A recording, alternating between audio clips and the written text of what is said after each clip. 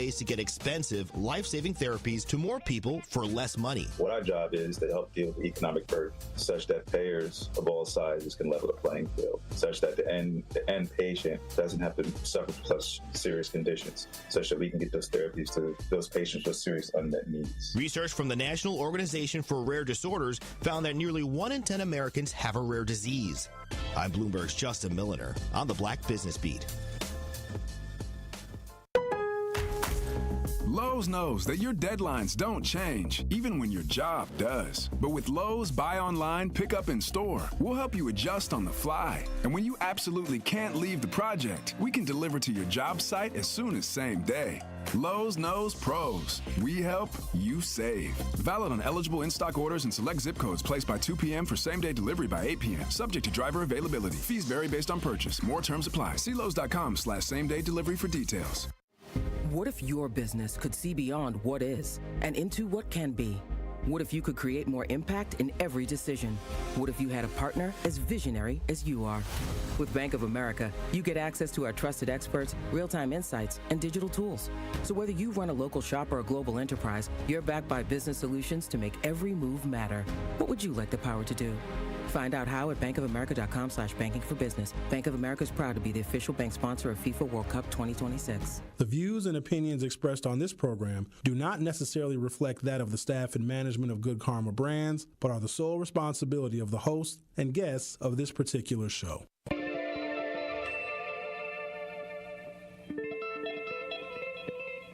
America may have many, many days, but they will be full of trouble. There will be no rest. There will be no tranquility in this country until the nation comes to terms with our problems. Bringing you social and political commentary from his mouth to your ears, breaking down the issues which matter to you. You are not put here to be a white man's footstool. You are put here to represent the very best in God's word. Legendary civil rights icon, the Reverend Jesse Jackson in the studio. Reverend Jackson, how are you? Sherwin, good morning on this chilly Milwaukee morning. And I am pleased to have one of the founding members of the Black Panther Party, Chairman Bobby Seale. Mr. Chairman, how are you this morning? Good morning. I'm doing just fine. Thank you. From Mr. Eric Holder. Mr. Holder, so good to see you. How are you? Well, I'm fine, man. How you been? It's been a long time. Haven't seen you for a while.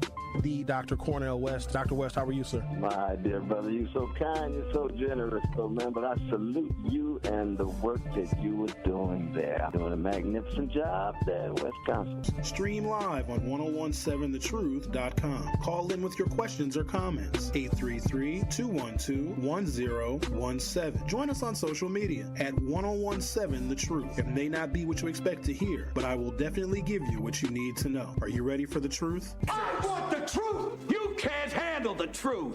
Now, live from the American Family Insurance Studio at the Avenue in the heart of downtown Milwaukee, here is Sherwin Hughes. Good morning. Welcome to the program. Today is Friday, February 28th, 2025. A lot of stuff happening today in the world. This is officially the last day of Black History Month. I hope you got a lot of Black history. I hope you commemorated, and I hope you celebrated, and I hope you reflected on all of the contributions of the Black African American people in the United States of America and across the diaspora, especially in a nation that has now essentially outlawed and made unconstitutional diversity, equity, and inclusion. So maybe, just maybe, this Black History Month means more than all of the other Black History Months combined because they're trying to erase and eradicate our history. We also have an economic boycott going on today. I feel it. I feel the power of us withholding our spending. We're going to teach these companies a lesson. We're going to teach these businesses a lesson on how to, we're going to teach them a lesson on, I'll tell you what, after today, watch this. Watch this, corporations. You're going to, why exactly are we doing this? No, I'm just saying, I didn't get the memo specific to why we're doing this. So we're not spending any money today. So for 24 hours, you're not going to spend any money. And I have a list of places you can't go and things you can't do. But if it's an emergency, then I guess you can spend money like normal, but only if it's an emergency. can you spend normal money. But if it's not an emergency, don't spend your money today because corporations. You know what this reminds me of? Wanting to recall an elected official but not having a candidate to replace them. It is essentially admitting that what you were doing is experimental, or it's trivial, or quite honestly, it's somewhat of a waste of time. If people prepared for today by buying everything yesterday, like buying twice as much yesterday, then today doesn't matter. And if you're going to buy stuff tomorrow, if you're going to buy tomorrow what you were going to buy today, then again, today doesn't matter. But like, what is the objective here? I'm being honest when I ask this question. And so don't get mad at me, because if we're going to put together some kind of plan, a nationwide plan, I don't know, maybe it's global, a global plan to not spend money, to withhold money, to stop, at least temporarily, the profits of corporations. What are we asking them to do? What is the ask? And how is our boycott a threat? That's a realistic question. My benchmark for a boycott is the one that I'm most familiar with, because it changed the course and scope of the United States. It changed federal policy, local policy. It ended Jim Crow, or it was the chipping of the Berlin Wall that was Jim Crow segregation in this country, and that was the Montgomery bus boycott. It went on for 366 days. That's a year and a day. Today, y'all are just doing a single day. What are we supposed to accomplish in a day? I'm curious. What is the ask? Because I looked at all these different news outlets, and each of them are talking about one of three things, if not all three things. Donald Trump and Elon Musk and something Doge, that's going to be in every major news outlet. The mysterious death of actor Gene Hackman. Have you guys seen the headlines about this? Found dead. Their hands and feet were mummified because they've been dead for so long. One of the three German shepherds was dead. His wife was found upstairs with prescription pills laid out all over the place, and the dog was upstairs. The dead dog was in the bathroom closet, and they had been dead for a while, apparently. Yeah, I seen it. I'm like, damn. So it's Gene Hackman and his wife's mysterious death, where they don't yet expect or suspect any foul play. And then the other thing the major news outlets are talking about is the boycott. But depending upon where you go and what news outlet you're getting your information from, they all have different reasons. Are we, as black people, is this a black thing? Because when we heard blackout, does that mean, economic blackout where you don't spend any money at all? Or is it economic blackout like black people are protesting DEI and racist treatment? Like, I don't even know what it is. So I got some details from like 4 different news outlets that all have a different perspective on why we're not supposed to be spending money today. But I don't know what the request is, because us withholding our money is a threat.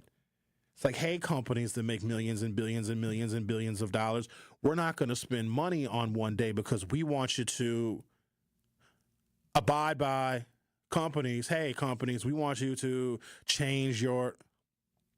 Hey, companies, we want you to do right by...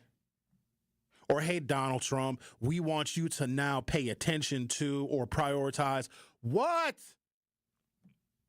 I drove past a McDonald's because the easiest thing to do is to withhold your spending from big corporations.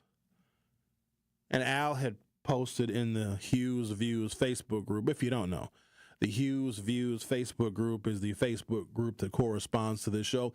Al said, well, even some McDonald's are black owned, because I remarked that the McDonald's on 25th, 26th in Wisconsin, line wrapped around the building, drive-through line. I drive past that McDonald's every single day coming to work. The line was longer today than I had ever seen, because for some reason, every time I drive past McDonald's, I think that I should go there and get like at least a hash brown, but I talk myself out of it every single morning, so I always check the size of the drive-through line at McDonald's. And some days, if the drive-through line is particularly short, I'm like, oh, I can go stop and get a hash brown, but I never do.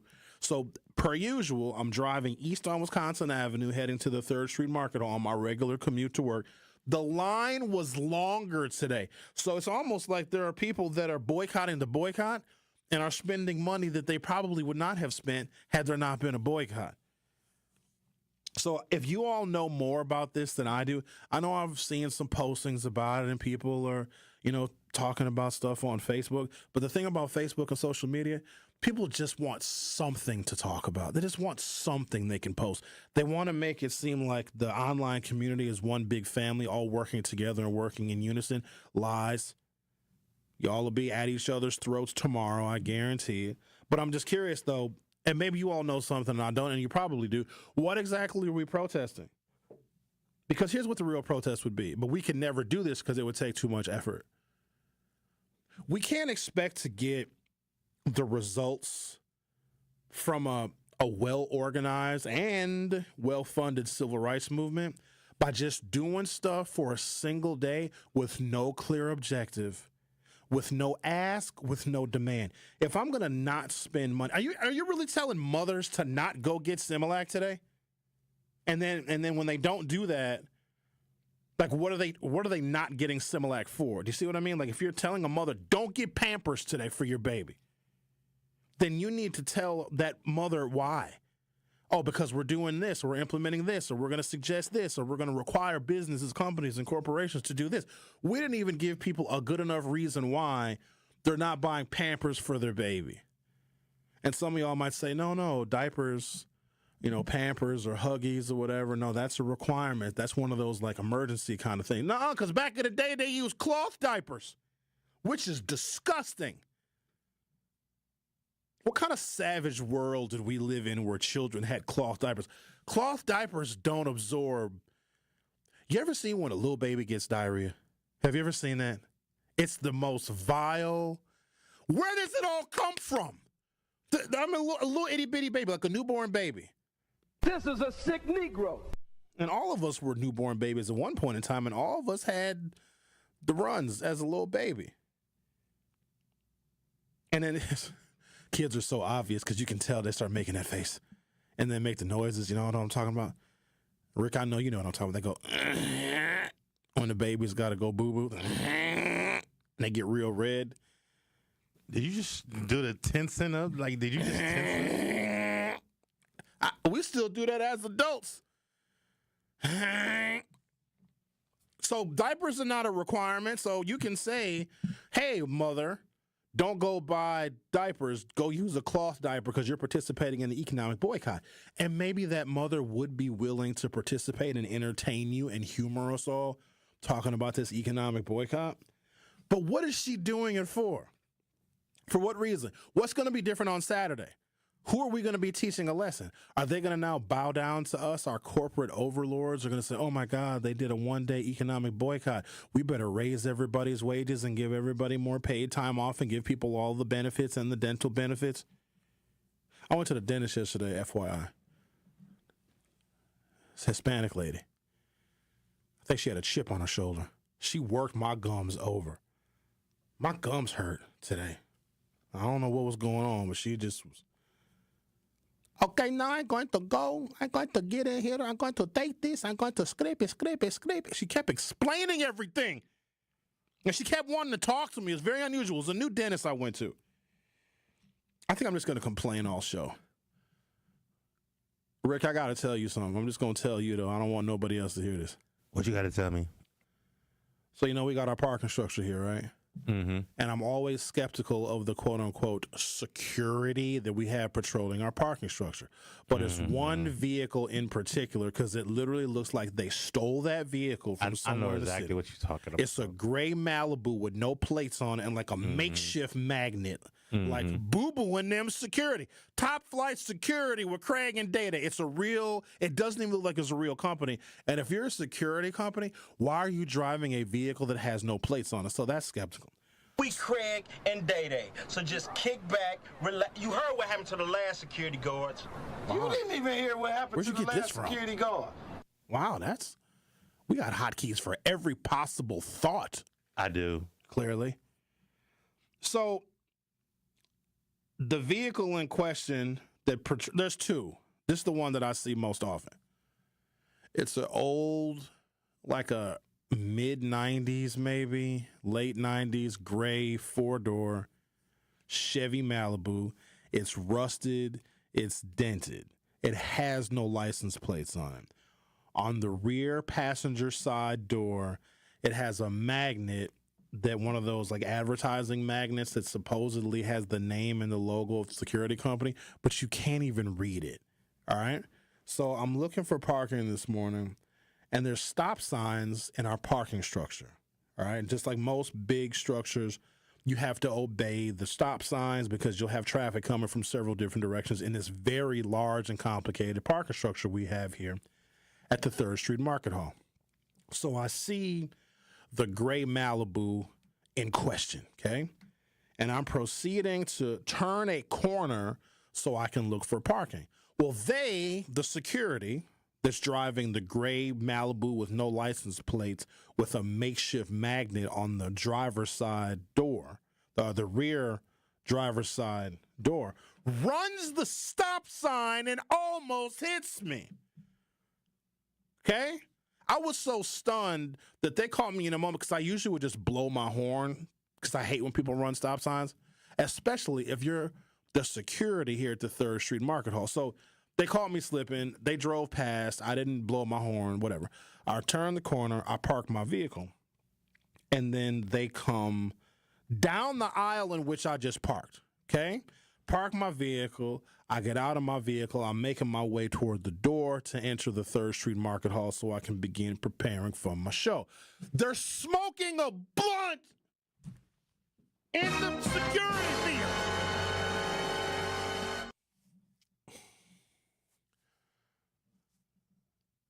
I ain't even gonna lie to y'all. Is this me getting old? Because the young me would have laughed at that. Do y'all know how many vehicles get stolen in this city and how important security is? Like, if there's a rash of vehicle thefts at the 3rd Street Market Hall, people would stop coming here because it's mostly suburban folks that come here anyway. Let there be a rash of vehicle thefts or vehicle break-ins here at the 3rd Street Market Hall. These businesses and these food vendors here would all have to close up shop because nobody would come here because it's cool here and everything, but it's not worth getting your vehicle stolen or broken into. And a security person, not only do they run a stop sign, they have no plates on their vehicle, they have some makeshift magnet advertising whatever security company they're from, and they were smoking weed while they were driving through the parking structure. And I'm not the kind of person that advocates for somebody to be fired, but that is insane to me. I get it when y'all say that there's no customer service left in the world. Like, that is, and this is the person. So if they see somebody breaking into a car, you know what I think that person would do? The person that drives the gray Chevy Malibu, they see somebody breaking into a car, they stop the vehicle, they put it in park, and they get out like, hey, what you find in that car? Hey, you breaking in? What's in there? As they're hitting a blunt, watching a car break in real time. Hey, what you doing? What's in? Check the cup holder. That's what I think that person would do. We have a lot to talk about today. Today is Economic Blackout Boycott Day. Boycott the corporations, boycott the businesses and the DEI, Donald Trump, Elon Musk, boycott everything. Not really sure what we're boycotting, not really sure what the ask is, but the real boycott would be everybody stay home from work. You want to do a real boycott? You really want to teach businesses, companies, and corporations a lesson? Make it so the whole business itself has to close because they have no employees. Or make the CEOs and the executives and the top-level managers, make them have to do the work of the frontline employees. Y'all want to do a real boycott? You really want to teach them a lesson? Because what they going to do? They can't fire all of us, and it's not like they can get replacement workers from south of the border and illegal migrants to replace us because they're kicking them out of the country. Y'all want a real boycott? Don't go to work one day. Pick that. And you'll see people's level of commitment, because if they're really committed to whatever this cause is for this damn boycott, they would agree to that. Hey, let's not go to work. If you want to boycott Amazon because Jeff Bezos is a Donald Trump supporter, then all the Amazon workers, Amazon would be thrown into a tailspin if all of their workers and all of their packaged sorters and all the people to put the little barcodes on the packages and all their drivers stayed home from work for one day. We would get more done that way than trying to tell Americans don't spend money on a single day. Why? We're addicted to spending. I wake up every morning thinking about the stuff I'm going to buy. I'm not lying to you. I think about the stuff I need to purchase that day. I start my day, I get up, I go pee. No, I'm just telling you how I start the day, Rick. Don't look at me like that. Pee, really? Yeah, I got pee. You're like 50-something years old. I still pee.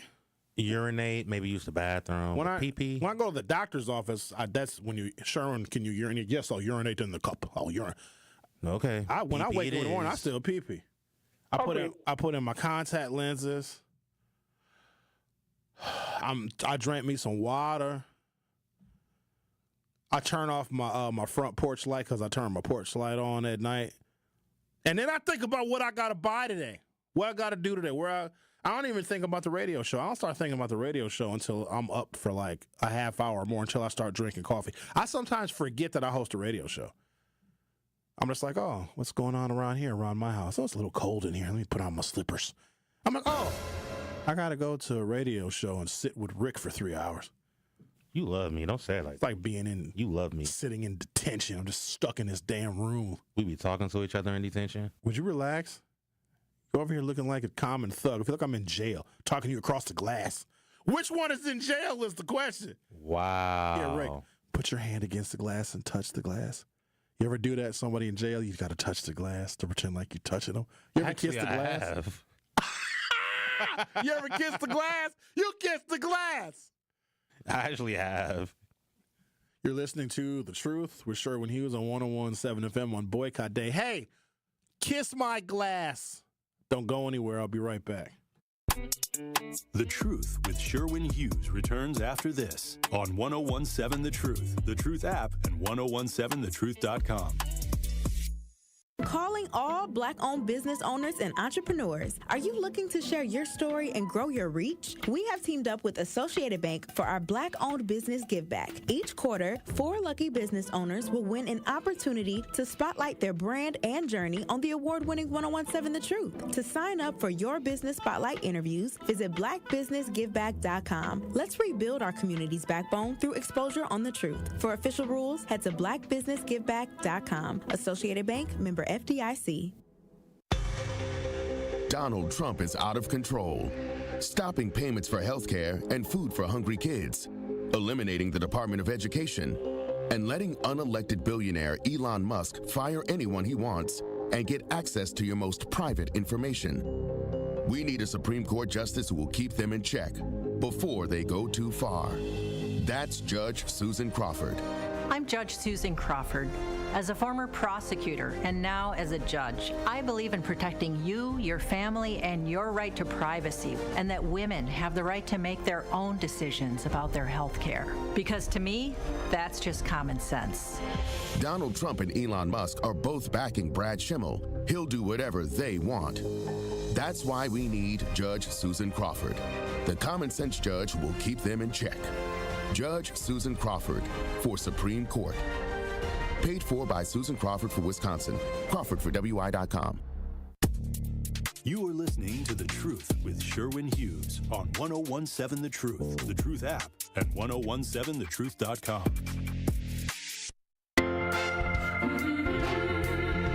You take the good, you take the bad, you take them both, and there you have the facts of life.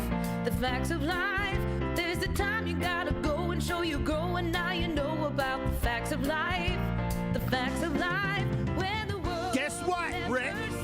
We're playing sitcom themes for our bump music today from the 80s and the 90s. I literally asked, I said, hey, Sherwin, it's Friday. Let's turn up. And this is what you play. We are turning up. The Facts of Life. What's the woman name? The black Trudy? Tootie. That's her name? Kim Fields. Yeah. But her name was Tootie. Tootie. That was before my time, but I knew who she was. That was a staple. That show was a staple in the black culture. It was, and if she was the only black girl, it's like we rooted for Tootie every episode because she represented the whole culture. Yeah. And what was it, like an all-girl school or I think they were like... Or like an all-girl Catholic school or adoption or something like that? Because what was Mrs. Garrett other than a white nanny? Like a white mammy, rather. Because like I said, it was before my time, but I know about the show and of the show, but I never watched it.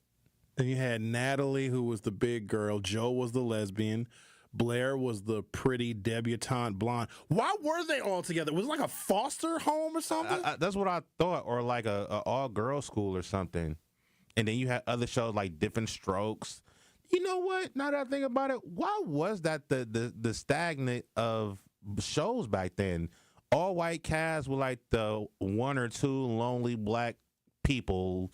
Like, oh, let's adopt. To the beat of just one drum. What might be right for you may not be right for some. A man is born, he's a man. So the crazy thing That's about actually a good catchy theme. So you had Arnold and his brother Willis. What you talking about, Willis? Now they were adopted. That's a fact. Well, they were adopted because you got to think about the symbolism of these shows. They were two black kids with no parents because the black family is essentially non-existent to certain writers in Hollywood, and they were adopted by a rich white man who was now going to take care of them. It's almost like he went to an auction and bought two little black slaves. So they had no, like their parents were killed in some like mythical car accident or drug overdose or something. And here's Mr. Drummond being what? The savior, the white savior. There was another show called Webster. Remember Webster? And what's weird is they picked black actors that had these diseases and syndromes, so they stayed kids forever, so they never grew up. Not only that, but once again, you have an all-white cast, all-white writers that say, "Oh, let's make a plot where we take in this black family or these black kids," and it's just like, dude, like, why was that the go-to back in Hollywood? The theme of the white savior complex. They developed that theme, and it worked in movies even still to this day. Webster, Emmanuel Lewis, he was like 35 years old. They treated him like he was a baby. Ma'am and George were his two white parents.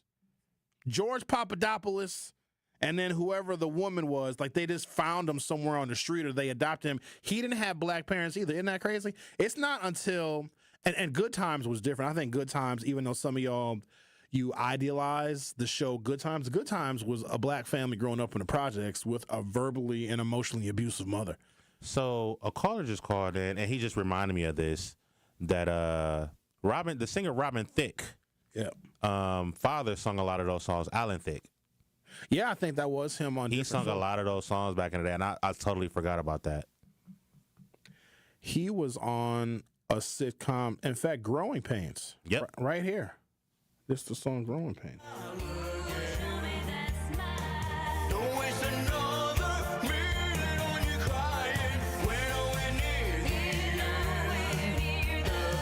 That's not Alan Thicke singing in the Growing Pains theme, no. Never gonna give you up. All right, that's enough. I'm over here going through all my songs that I'm gonna be I'm playing about to say, as a throughout the DJ, you got all your spades going out right now. You need to say some of your spades. I got so many songs, Ricky. Oh, I got one for that ass. Thank you for being a friend. Oh, Sugar Honey, I see you. I'm about to sing it. Down the road and back again. Your heart is true. You're a pal and a confidant. To the bridge, sir. To the bridge. And if you threw a party, invited everyone you knew. All the Truth Nation is singing. You would see the biggest gift would be from me. And the card attached would say, thank you for being a friend.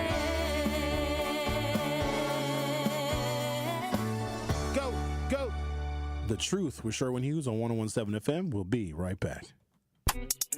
The Truth with Sherwin Hughes returns after this on 101.7 The Truth app, and 1017thetruth.com.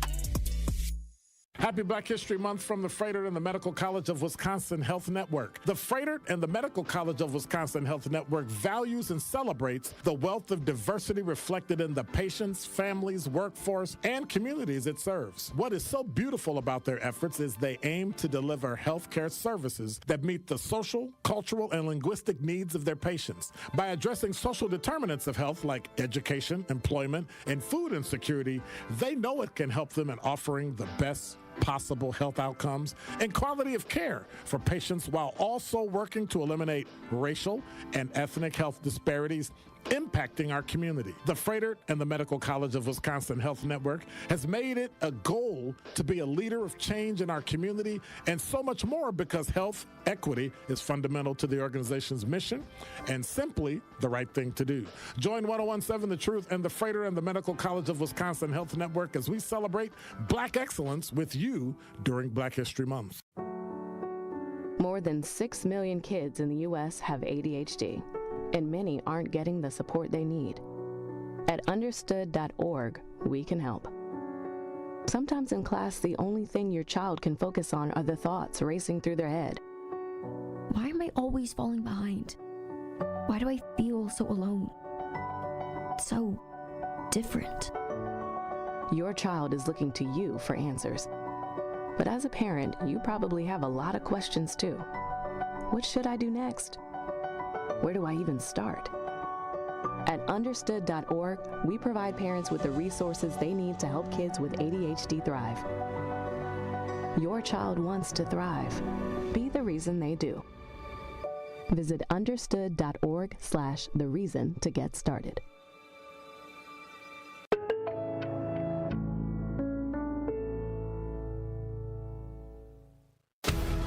American Family Insurance is a lot like Captain America. He protects the world. It's just doing my job. And we help protect your dreams with amazing auto and home coverage. American Family Insurance. Get a quote and find an agent at amfam.com.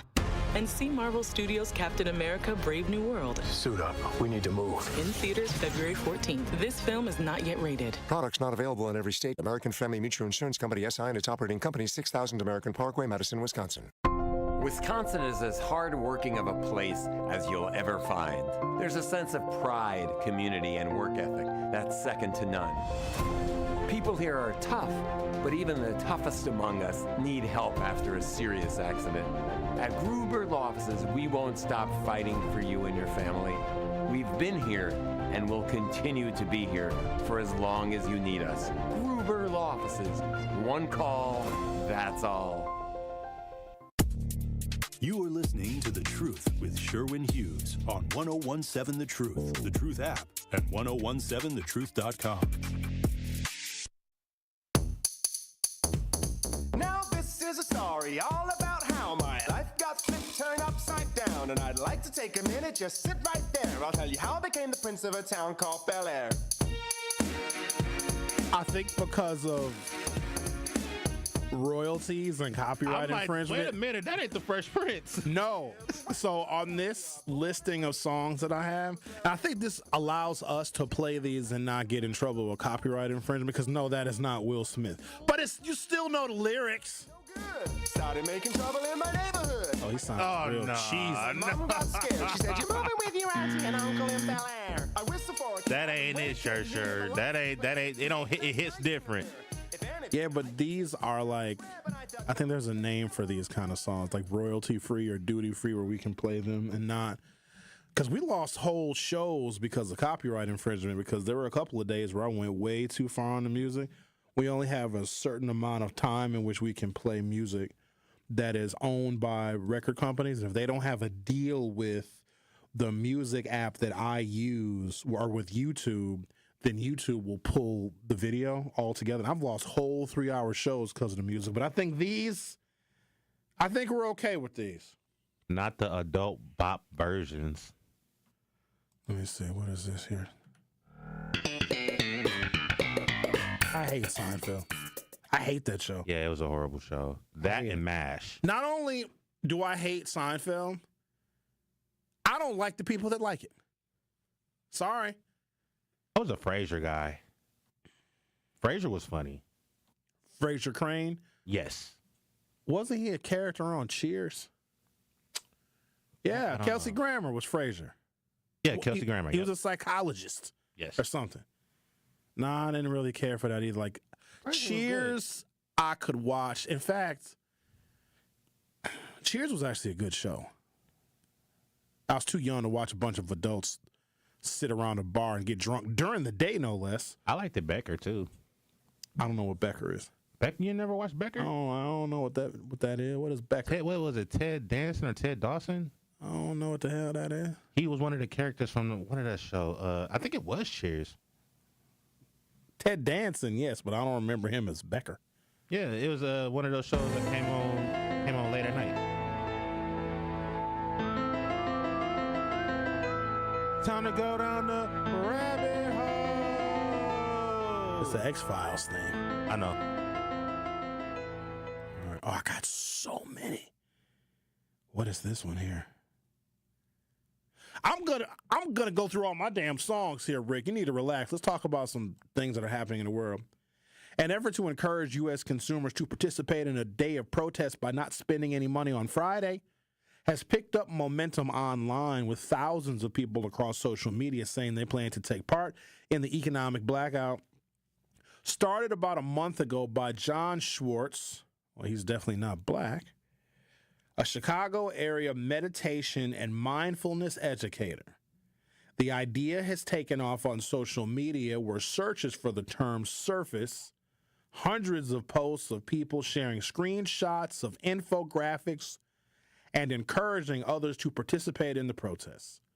Google search data shows queries for, quote, economic blackout have surged in recent days. Don't buy stuff on February 28th. Author Stephen King posted on Blue Sky, which is the Democrats' version of Twitter. Money is the only thing these D-dashes understand. Actors John Leguizamo and Bette Midler have shared similar sentiments in recent days to their social media accounts. And then Al Sharpton had posted something. I'm going to get you that in just one moment. Sometimes I don't participate in things when I see who the originators are. And if I see certain people and certain actors or certain musicians involved in something, that tells me everything that I need to know. That's number one. Number two, imagine how many times, ladies and gentlemen, you have heard or you have said, we need to come together. We need to come together. We need to work together. Or somebody will say something like, Sherwin, if only the black community, XYZ, fill in the blank, they make it seem like everything that's happening in the black community, like everything that's happening to us and the situation that we're in is literally our fault, like we did all of it. Nah, it's not entirely true. But think about how many times you've heard that. Sherwin, if only we could come together, if only we could channel our money, if only we could support black businesses, if only blah, blah, blah, blah, blah. If only we cared more about our kids' education, if only we voted more in these elections. I hear a lot of if-onlys, and I hear a lot of we need to come together. And I'm here to be the voice of reason. I also don't want people to think that I'm discouraging anyone by telling the truth. Because if you are set on your path, you know that the thing that you're doing or the cause you're involved in is righteous, then no one speaking truth to your cause is going to deter you.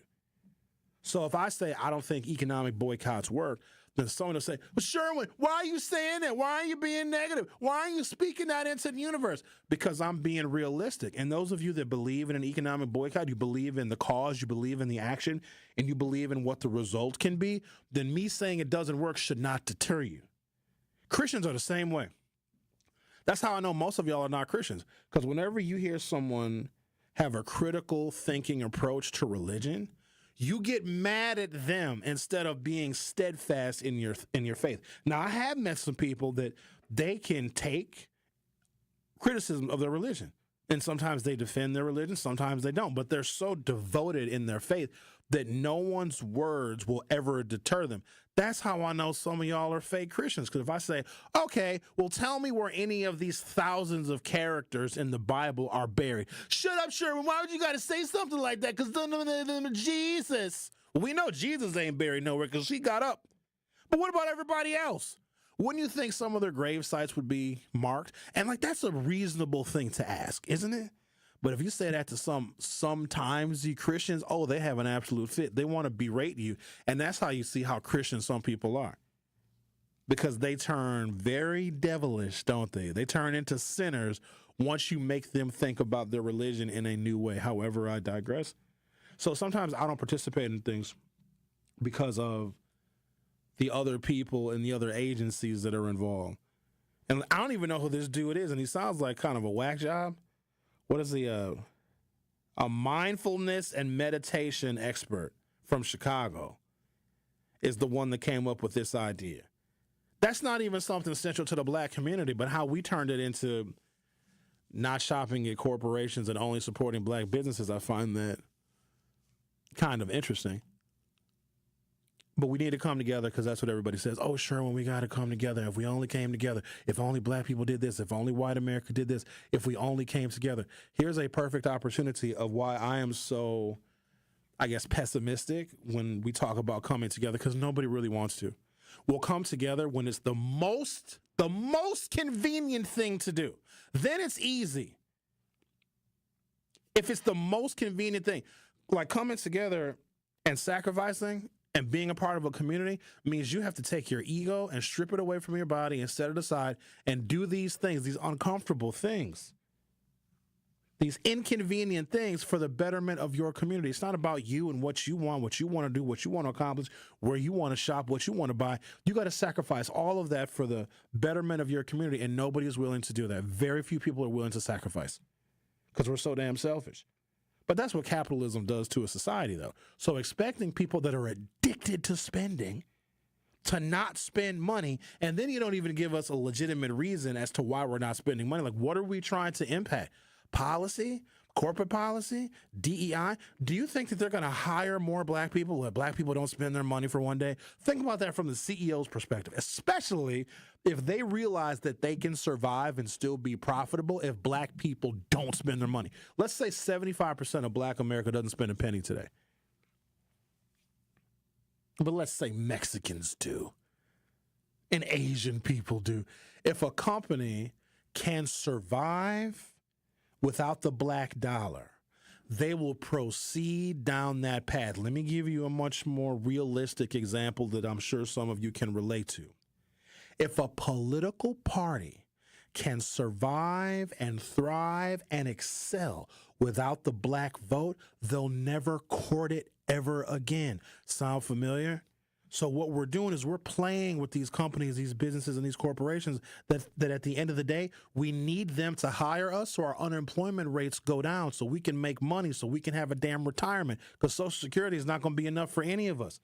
But we're taunting these businesses, and we're basically saying, yeah, we're mad at you, something, DEI, something, racism. We're not going to spend our money with you, company, corporation, firm, business, whatever the case may be. And if that business still remains profitable without the black dollar, then why would they even waste their time spending money advertising with us and hiring black people in the first place? You are playing with fire. These corporations ain't dumb. They weren't born last night. In fact, corporations in America got personhood the same time we did. Oh, you didn't know that? You know, corporations are now considered people. They can vote because they have shareholders that vote, right? Corporations can own property. They can buy property. Like McDonald's owns all of his property. And so the Supreme Court in like the 1880s or the 1890s are like, wait a minute. If black people, I'm not kidding you, this is the logic that they used. If former slaves can be considered human, if we actually want to consider them people and have the Reconstruction Amendments in the Constitution that give personhood and humanity to black people, then the Supreme Court justices at the time made one of the most racist decisions, up until that next point, Dred Scott. If black people can be people, then corporations can be people too. Corporations now have freedom of speech. They now can contribute to political campaigns. You know where that came from? They thought it was such a ridiculous notion that African Americans could be considered people and human and citizens. The Supreme Court gave that same authority to corporations. So we are people, but corporations are people too. And they're very intelligent people, those corporations are. So us not spending our money is going to teach an already intelligent business, company, firm, or corporation how they can survive and thrive without the black dollar. The Republican Party can survive and thrive without the black vote. Now, do Republicans get some black votes? Yes, they do. Could they still win without black votes? Yes. If all the black people in this country would have voted for Kamala Harris, I think Trump still would have won. I really think so. So we just have to be careful when we fashion these economic boycotts and think that we're going to come together, because we're not, because people don't want to come together because it's too inconvenient, or if we think we're going to teach these corporations a lesson, you know what's going to ultimately happen? They're going to teach us a lesson.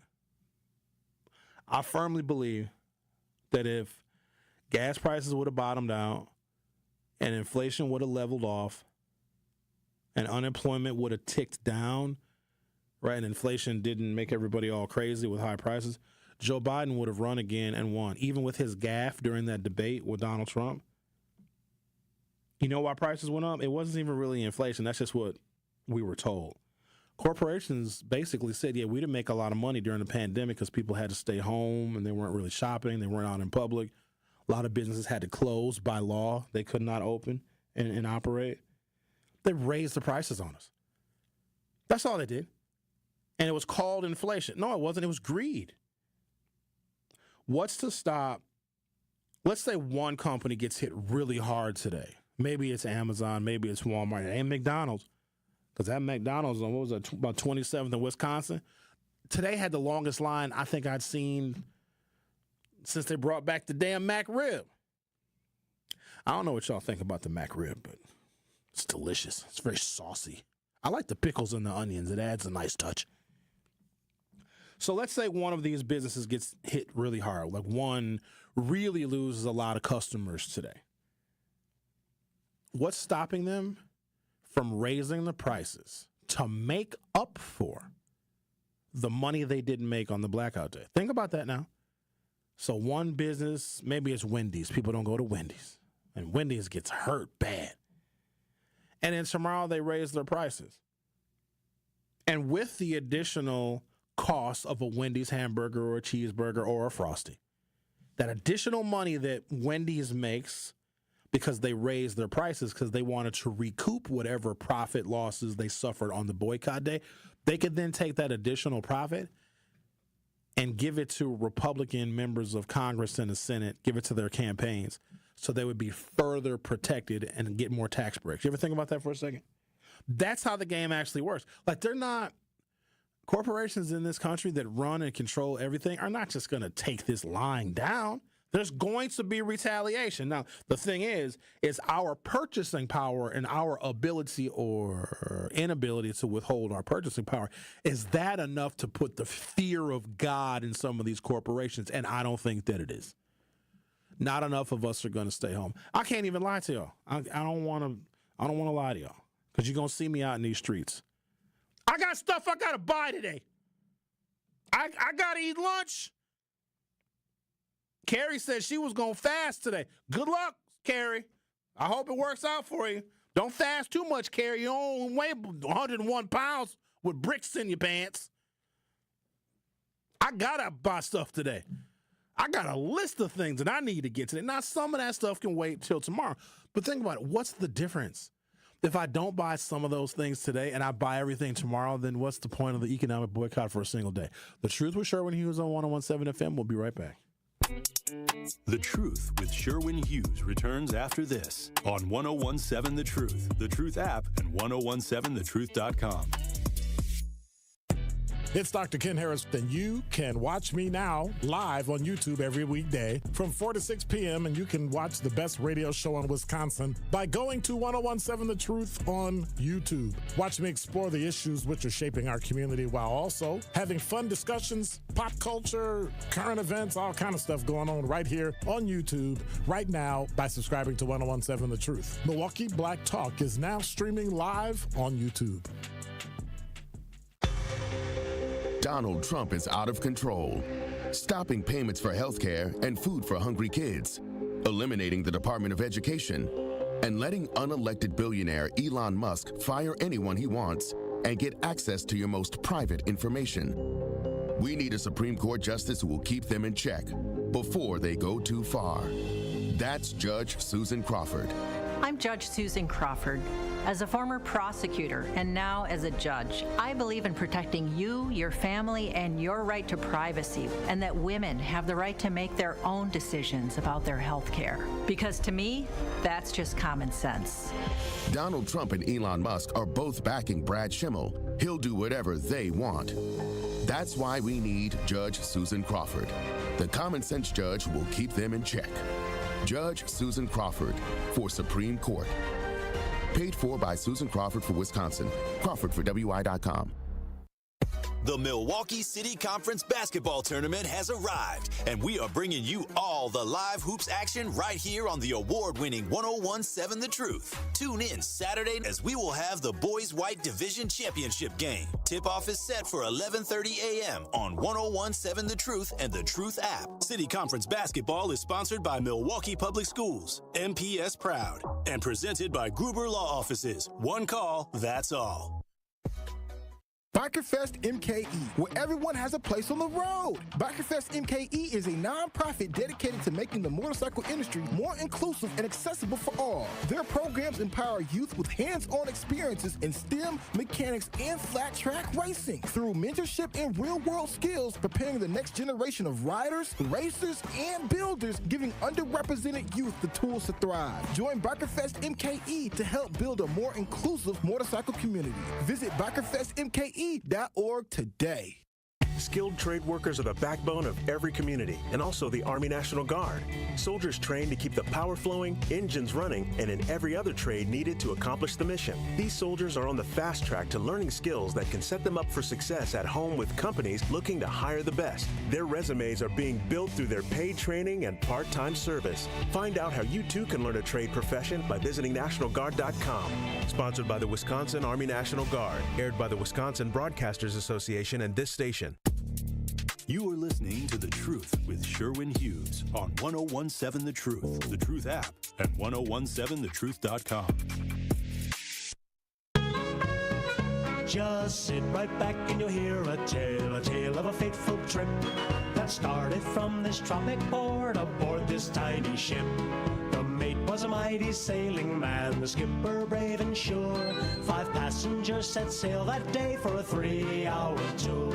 A 3-hour tour.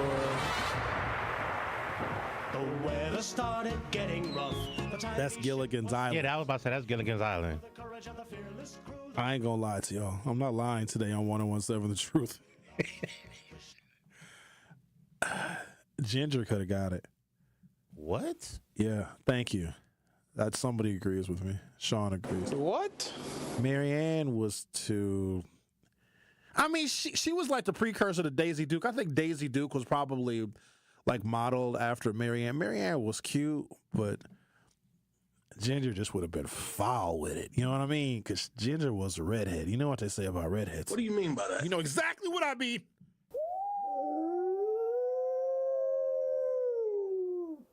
I don't know why I sexualized all these shows, because I'm thinking, y'all are on an island you're never getting off of. How come somebody ain't pregnant?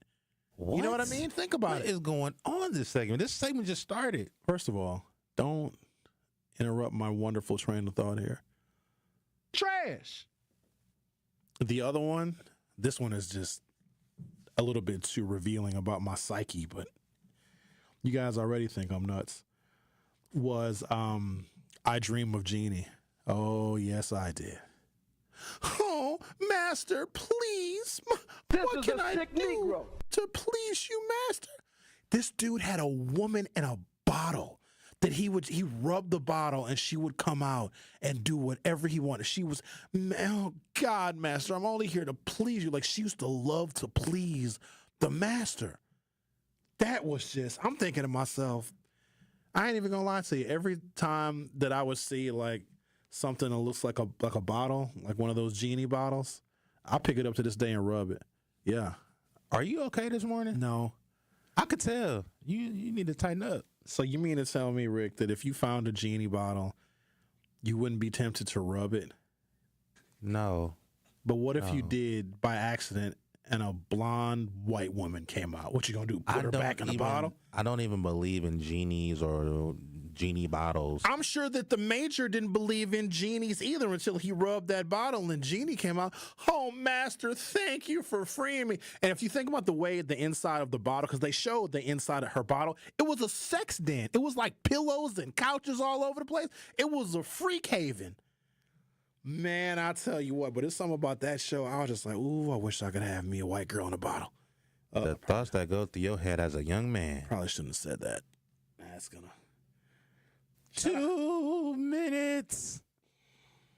No, I'm just saying these shows had hidden meanings.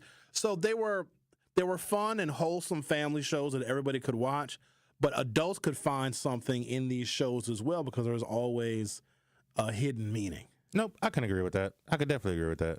Because what man didn't want... Because they even did it in cartoons. Oh, cartoons were the worst. Horrible. SpongeBob is one running sexual innuendo. That and Rocko's Modern Life and Ren and Stimpy. Ren and Stimpy was... Beavis and Butthead. That was more for like... Ren and Stimpy was more for like older teens and young adults that were in college that were getting high on acid and mushrooms and smoking a lot of weed. But SpongeBob, as an example, come on now, Mr. Crab lives in Bikini Bottom. Come on! What do you think that is, you guys? So the economic boycott is today. So you guys shouldn't be spending your money at companies and businesses and corporations. And the Reverend Al Sharpton had put together a list of things you shouldn't be doing. He says, don't make any purchases. Do not shop online or in store. This is from Reverend Al Sharpton's DEI boycott plan. So depending upon the news outlet you go to or where you get your information from, we are all boycotting for different reasons. And I don't think that that's a recipe for success because there's no cohesiveness. And if there's no cohesiveness, then what are we all asking for? Like, what threat are we actually creating amongst these corporations that we're going to not spend money? So how do we expect them to respond? Like, what are we threatening them with? We're going to talk more about that during hour 2. The Truth with Sherwin Hughes on 101.7 FM. We'll be back shortly. The Truth with Sherwin Hughes returns after this on 101.7 The Truth app, and 101.7thetruth.com. Calling all Black-owned business owners and entrepreneurs. Are you looking to share your story and grow your reach? We have teamed up with Associated Bank for our Black-owned business give back. Each quarter, 4 lucky business owners will win an opportunity to spotlight their brand and journey on the award-winning 101.7 The Truth. To sign up for your business spotlight interviews, visit blackbusinessgiveback.com. Let's rebuild our community's backbone through exposure on the truth. For official rules, head to blackbusinessgiveback.com. Associated Bank, member FDIC. Here at the new 101.7 The Truth, we aim to be a staple in Milwaukee's Black community. We are committed to partnering with local organizations and supporting Black-owned businesses. We are proud to call Milwaukee our city and promise to be a positive reflection of our community. We look forward to celebrating Black culture and excellence with you every day as we make history and continue to uplift the voices in our city. Join us for the journey at the new 101.7 The Truth, founded by Gruber Law Offices. Milwaukee Black Talk. The more you listen to your kids, the closer you'll be. So we asked kids, what do you want your parents to hear? I feel sometimes that I'm not listened to. I would just want you to listen to me more often and evaluate situations with me and lead me towards success. We're not adults, so just be there and listen. I just want someone to yap to. And I just feel like I'll be fine if someone just hears me talk and talk and talk and talk and talk and talk and talk. You're doing a really good job. And I don't think I tell you that enough. And I know sometimes we get into it and it's just hard on both of us. But try to understand me more and I'll try to do the same. Listening is a form of love. Find resources to help you support your kids and their emotional well-being at sounditouttogether.org. That's sounditouttogether.org. Brought to you by the Ad Council and Pivotal. Calling all big thinkers. The world's climate is changing. These aren't new facts, but it means we must think in new ways about how we can live, prosper, and provide energy for our world while protecting our planet. Engineers are answering the call to create cleaner, safer, reliable energy. Solar power, harnessing the power of the sun to light all corners of the globe. Wind power, channeling a simple breeze to bring electricity to our homes. Hydropower, using the natural flow of water to generate electricity. Nuclear power, engineering advanced reactors that are safer, more reliable, and produce zero carbon emissions. Engineers are leading the way and empowering the next generation. Engineers answer the call. Brought to you by the National Academy of Engineering. Learn more at nae.edu. You're listening to the new 1017 The Truth, founded in partnership with Associated Bank. Your money works here. 1017 FM, 1510 AM, WGKB Waukesha, and W269DL Milwaukee. Locally owned Good Karma brand station. You are listening to The Truth with Sherwin Hughes on 1017 The Truth, The Truth app, and 1017thetruth.com.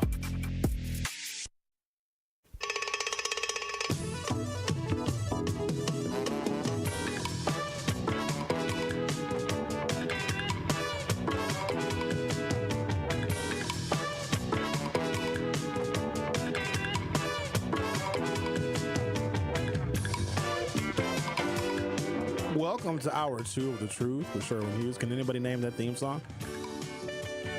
That is so easy. You don't know this, Rick. I almost called you the N-word. That is Bill Cosby and The Cosby Show. The original theme. Give yourself a ding, Rick. Congratulations. Let him cook. Bunch of theme songs. A bunch. I should play all of them. Because okay, look, I know I'm supposed to hate Bill Cosby because, he did stuff. Yeah, but Trump did stuff too, and Trump was president. All Bill Cosby wanted to do was teach black people how to use our talents, powers, and gifts to lift other black people up. And then he also wanted to buy NBC, and that was his downfall. I don't think that Bill Cosby did anything in Hollywood that every other person wasn't doing at that time. I'm not saying it's right. I'm not at all saying that what he did was right. It was very bad. Don't do Quaaludes and give them to ladies. Quaaludes are illegal, by the way. You can't get them in America. They've been outlawed since the 80s. I'm curious as to what a Quaalude feels like because they were very common. In the 1950s, they were prescribed to bored housewives. So at one point in time, they were legal, but everything was legal at one point in time. Heroin was legal. Cocaine was legal. Marijuana was legal. Well, marijuana is legal again. Let's talk to someone who probably used to smoke marijuana when it was illegal. Hello, Linda. How are you? Good morning. Good morning, Professor. Good morning, Good Karma Brand. And good morning to all the beautiful black and white people of Milwaukee and America. Hey, Sherwin. Yeah, you're just going retro today, aren't you? You're back into your inner child, aren't you? You're tapping into your inner child. That's all right. My inner child has never left, Linda. No, it never does. I'm still a 16-year-old with better driving skills and money. Yes, that's true. That is so true. We are living out of our inner child and our subconscious 95% of the time. But Sharon, I wanted to tap into something. The people of America is more than black people. This thing is bigger than just black people. What thing is that, Linda? I want to also this government versus the American people. Black people are a part of the American people. That's the true. American people are not just black people and black people issues, because black people issues basically encompasses all others issues, basically. But still, let me see. I'm going to ask you this. I'm trying to skip over this question to you. I'll make it the last one, but I'm going to make it the first one because it's right here in my face. And with Musk, his, I guess, wealth is declining a bit. He's losing wealth. Why are you still driving his car? Linda, what are you talking about? Don't you drive a Tesla? No, I have a Chevy. Oh, I thought you drive the Tesla. Please don't tell me you made the crux of your argument in your comments about me being a hypocrite and driving a Tesla. Let me be clear, though, Linda. Let me be clear. Let me help you out here. I want a Tesla. I do. I'm just trying to figure out because if it's a used one, then Elon Musk has already been paid. You know what I mean? So somebody else bought the car new and they paid Tesla. But if I buy it used and I'm just buying it at a depreciated value from someone that already paid Elon Musk, I want one bad. The only reason why I'm not getting the Tesla is because people are they're vandalizing Teslas. They're spraying like swastikas on them and they're spray painting them and they're breaking the windows out of them. And that's just foul. I don't like when people damage other people's property. Like that's just some punk stuff. Well, that leads me to, that there's all forms of protest, and it is a powerful expression of social unrest. So whether it's a day of blackout, it still is an expression of social unrest against the powers that be. And that's so, if it's successful, though, Linda. But a one-day boycott is like going on a one-day diet. You're not going to lose any weight. You're just going to overeat the next day. People don't even have a concept of what a boycott is. It takes sacrifice. One day of not doing something, Linda, is not a sacrifice. It is not. It's a ploy. It's a joke. It's really somebody who came up with an idea to see if they can get the country to do something they came up with. This weird white dude in Chicago who's like a meditation therapist said, oh, let's not buy anything on February 28th. And because people on social media just want to be a part of something, now here we are today. It's not going to work. I saw a line at McDonald's today that wrapped around the damn building. It's already over before it even started. And what are we going to accomplish with it? And what lesson are we teaching corporations? Maybe I should ask you that question. Let me slow down. If let's say nobody buys anything today, okay? So what does Saturday look like? So what do corporations now beg us and apologize and they start raising wages? Do corporations automatically put their DEI policies back in because we didn't buy stuff for a single day, knowing that we're going to be back to those same businesses on Saturday, on Sunday, and for the rest of our lives? I just think that the elite, the wealthy, they fear. They fear that if we wake up and we, take control of our money and we don't invest in them, I think that they do fear going broke. But I want to say this because this is so important. Tubi is airing something right now that is so crucial to. Tubi is airing something right now that is so crucial to the days and times that we're experiencing. It's called "While We Are Dying: The Secrets of a Shadow Government." It goes on, talks about how Ronald Reagan tripled the national debt from $738 billion to $2.1 trillion when he dropped the income tax rate for the top 1% to 70% to 28%, and he sold missiles, all of that to Iran. He dismantled the what do you call it? For people with mental illness, he dismantled that. He let 90,000 Americans die of AIDS. And Trump is trying to duplicate his presidency with all of this, shake up and all of this. It's just, you should really, really watch that for real. I mean, it does speak to our times today and what's happening. Yep. There are some similarities between Reagan and Trump, but Reagan had Republicans that were willing to challenge him. And Reagan also had to deal with the Democratic-controlled House of Representatives every single year that he was president. So he was not able to go nearly as far as Trump is able to. And Reagan raised taxes, I can't tell you how many times. He taxed the American people more than a damn liberal would. In fact, Ronald Reagan wouldn't even get elected today. He'd be too liberal. Mm-hmm. Like he did. We used to have mental institutions, and Reagan took that away. Now, people that have mental illness, and I'm not sure what's better, because there used to be like mental institutions where they sent people that had special needs and they got round-the-clock care from specialists. Now we got rid of those. Reagan did that, and now they're just either integrated into society, they're homeless, they're on bus stops singing to one another, or they're in prison.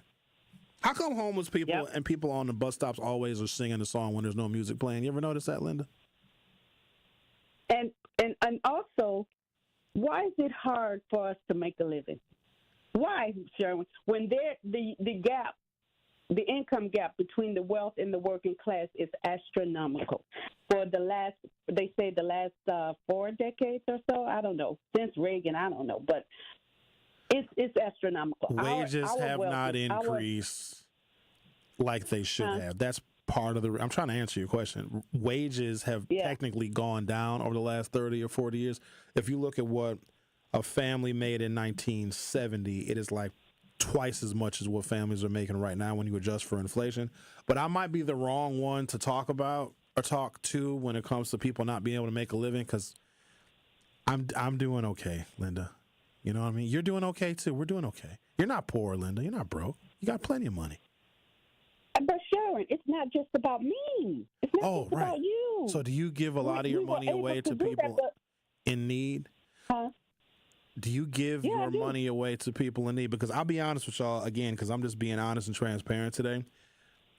So when I was younger, I had a dollar amount that I wish I made. If I make this dollar amount, I'm going to do all this good in the world. I'm going to give away a bunch of money. Linda, not only have I exceeded that dollar amount, I'm not doing any of the things that I said that I would do when I got it. It's like the more money you get, all of a sudden it still isn't enough and you need more. It's like, if I ever make X amount of dollars when I'm older, I'm going to give this much to charity and I'm going to support the United Negro College Fund.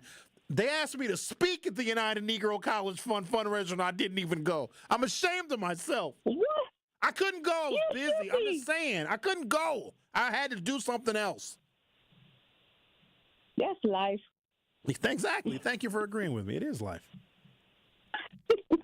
Now, I want to talk about Valentine's. Why? The reason why is because when I went to the gym, the manager of the gym, a black male, I said, what you going to do for Valentine's? And he told me he took his daughter out. I was so touched. I was so touched and impressed because the example comes from the father first as to the kind of male that young girl, should resonate with. He sets the example. My father set the example. My brother set the example for me. But I'm just saying that was just, innovative to me. That was just top of the line. What did you do for Valentine's Day, Linda? I got a feeling I know what you did on Valentine's Day. I did not self-pleasure, Sherwin. Linda, I wouldn't go say nothing like that. Get your mind out of the gutter. It's too early in the morning for that.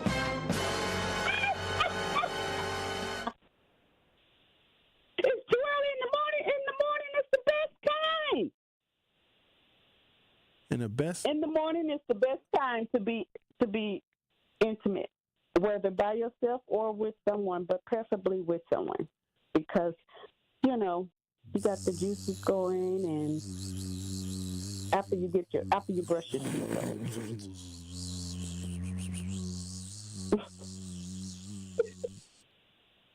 Enjoy your weekend, Sherwin. You too, Linda. Have a great weekend. Happy Boycott Day. Bye-bye, Linda. Bye-bye. Ha, ha, ha. How you like them apples? Don't make any purchases. Don't shop online or in store. No Amazon, no Walmart, no Best Buy. Who the hell goes to Best Buy? No McDonald's and other fast food stores. No gas. No major retailers. Do not use credit or debit cards for non-essential spending. Try to buy all you need before Friday the 28th, if necessary, in capital letters. Only buy essentials of absolute necessities, items such as food, medicine, emergency supplies. So I'm going to eat today. So I have a question, DJ Sher. Me and DJ Brotha Z have a question. So we need like either a hotkey or some kind of a theme for when the DJ twins are in the production studio, because my whole show changes when the DJ twins get in there. Because Rick, you be kind of subdued and kind of meek, but then when Zach get there, you get real bold. Your chest puff out. Yeah, that I'm is a not DJ true. too. That is not true. But we have a question. As a DJ, sir. Yes. DJ Sher. Yes. How are you a DJ and you don't shop at Best Buy? So as a DJ, where do you shop at? Amazon? For your technology. Amazon. Amazon got all the things. Oh. You still go to like Best Buy? Best Buy is like, reminds me of Circuit City, like a 1990s. Like Best Buy is just the modern incarnation of Radio Shack. All the Best Buy, didn't they file bankruptcy? They're almost done. Dude, you cannot. Okay, say for example, you have a gig, right? And you don't have the particular parts to do the job. So guess where you got to go? To Best Buy. You can't go to Amazon and get the piece that you need because things happen as a DJ. Not always, but if I'm missing something, there's two things that I can do. Depending upon where I'm playing that night, they might already have equipment there, so I'm good. Absolutely not. Or I call my other DJ friends. I call DJ Bizon, or I call DJ. Or what if you just DJ Johnny B, or I call Homer Blow. Hey Homer, I need a needle from a record player. But guess what? They're going to be like, well, you got some bread? You got a little money to throw? Yeah. And not only that, as a DJ, you're supposed to have your own stuff. That's what a vetted DJ does. Correct. But sometimes I'll have a malfunction, or if somebody steals my equipment, because you know how they be in Milwaukee. You know And what I that's mean? also why you buy 2 of everything. They can steal both of them. Don't matter if you buy 2 of everything. Amazon ain't where it's at. Okay, Best Buy is a DJ's quick and best friend. Best Buy is not the only place where you can get DJ equipment. It's where you get your DJ equipment, which probably And explains Guitar your shoddy Center. sound. Guitar Center. Do you go to Guitar Center? Yes. Where's Guitar Center at? 131st in National, Oklahoma. It's on the southwest side, south side by Menominee Falls. Let's talk to Ron. You're on 101.7 The Truth. How are you? Hey, thanks for taking my call.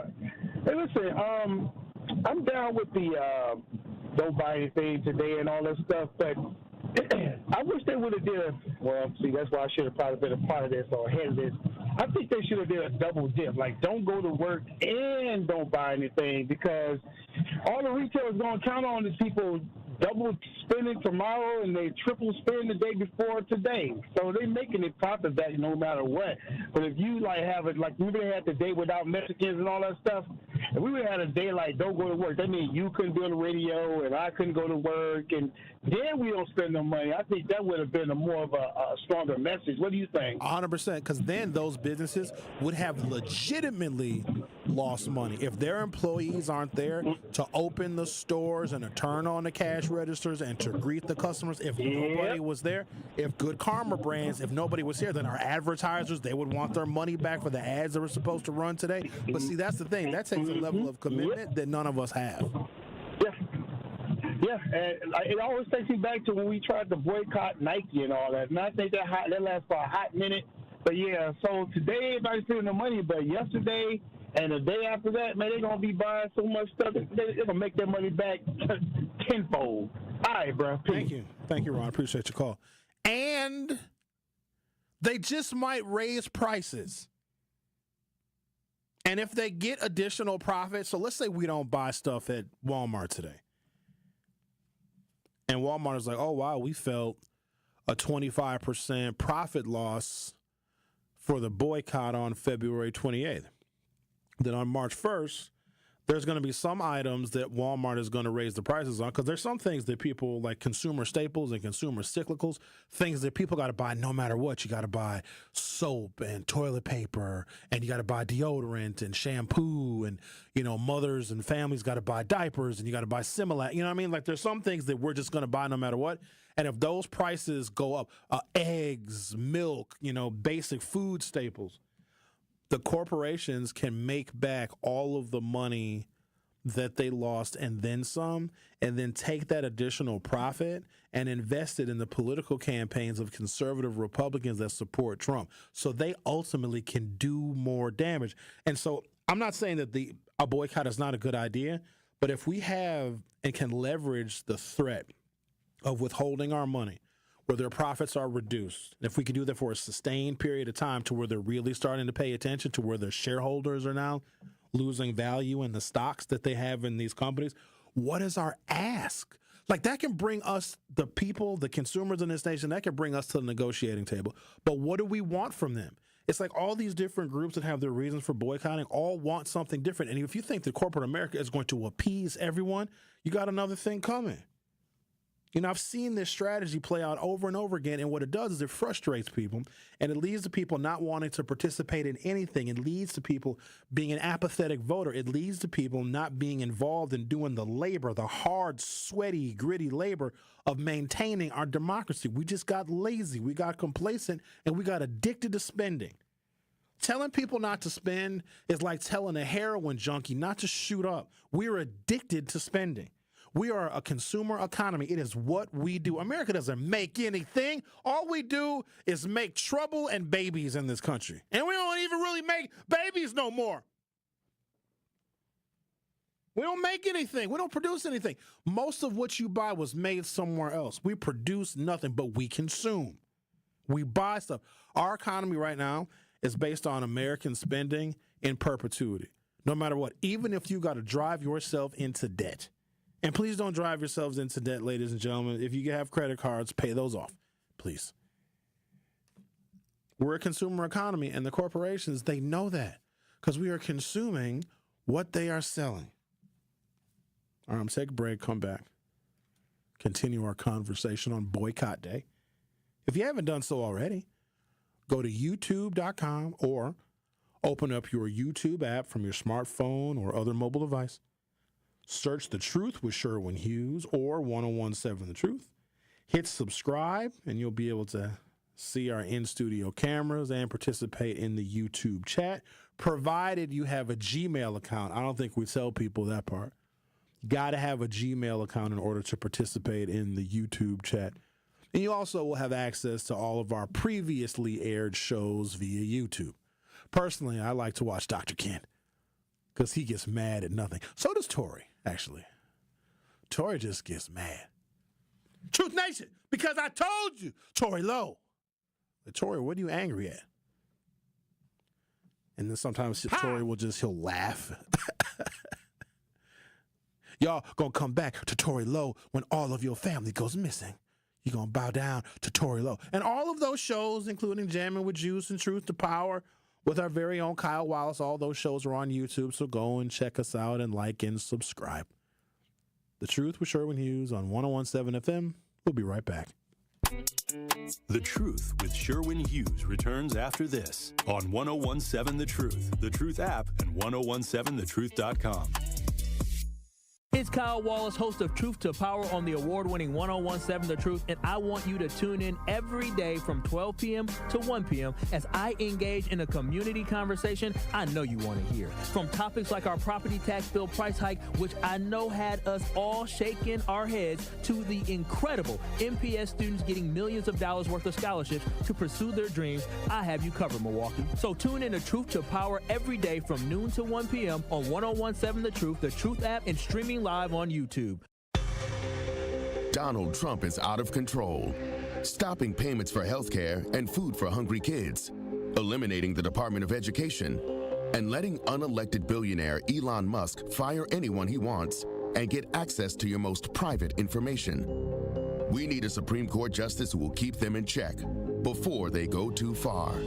That's Judge Susan Crawford. I'm Judge Susan Crawford.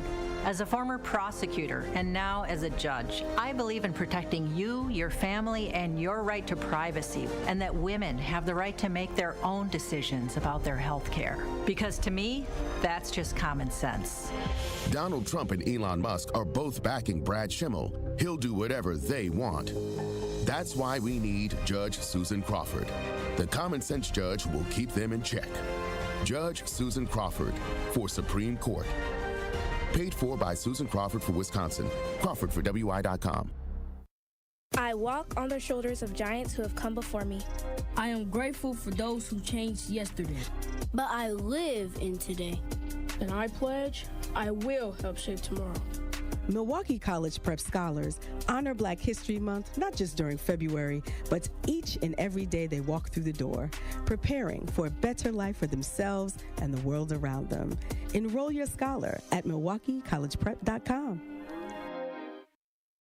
Immerse yourself in a place where bold ideas are sought after, where all are encouraged to bring their personal flourish. Here, innovation is a way of life. In this city, the beat flows. Together, we're dancing to the rhythm, forward. Now, it's your turn to grab hold of that energy, where you'll remember not just the meals, the celebrations, or the uncommon coast. What you'll remember is how we made you feel. Come experience Milwaukee, where fresh meets fearless every day.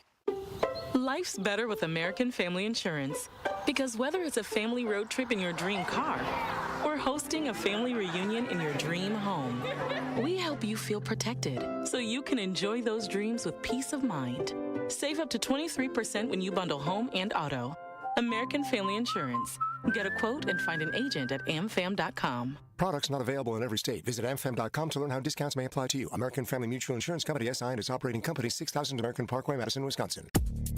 You are listening to The Truth with Sherwin Hughes on 1017 The Truth, The Truth app, and 1017thetruth.com.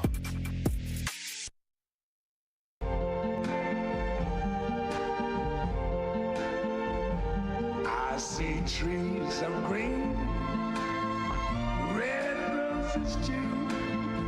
I see them bloom for me and you. And I think to myself, this ain't right. I think you're doing themes from old shows. Apparently, this was a theme to the show Family Matters. Really? Yeah, I'm watching it right now, and they're going through the different like opening scenes of Family Matters. I don't remember this being a theme of Family Matters. This is new to me. I ain't never heard this one, Family Matters. That's what I was expecting. That's what I was expecting. Damn. When I think of Family Matters. Do your impression of jamming with Juice. It's time to go down the rabbit hole. Your impressions suck, Ray.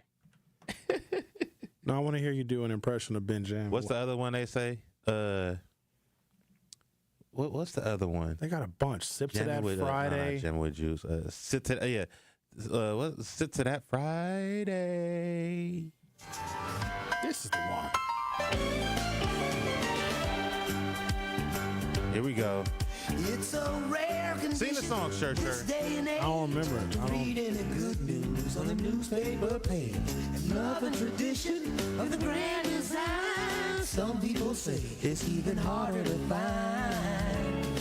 Well, then there must be some magic clue inside these gentle walls. Enough out of you. You do not have a singing voice. You I need to do stick not to know the words to this song. I don't know. I used to watch that show every time it came on. I'm trying to think of. Say goodbye. Blessed, your voice is horrible. I didn't really watch. Urkel was annoying to me. There was only so much Urkel I could take. And plus, funny. Carl Winslow was weird to me, and this is not a homophobic statement. He just came across as a weird dad. He wasn't dadding as Bill Cosby. Bill Cosby was the dad, and everything that wasn't up to the Bill Cosby dad standard sucked. Carl Winslow was just a fat dude.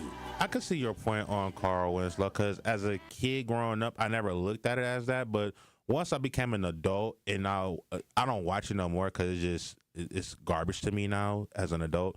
But when I did go back, because sometimes I go back to movies and old shows and try to re-watch everything that I didn't understand as a young adult or as a kid.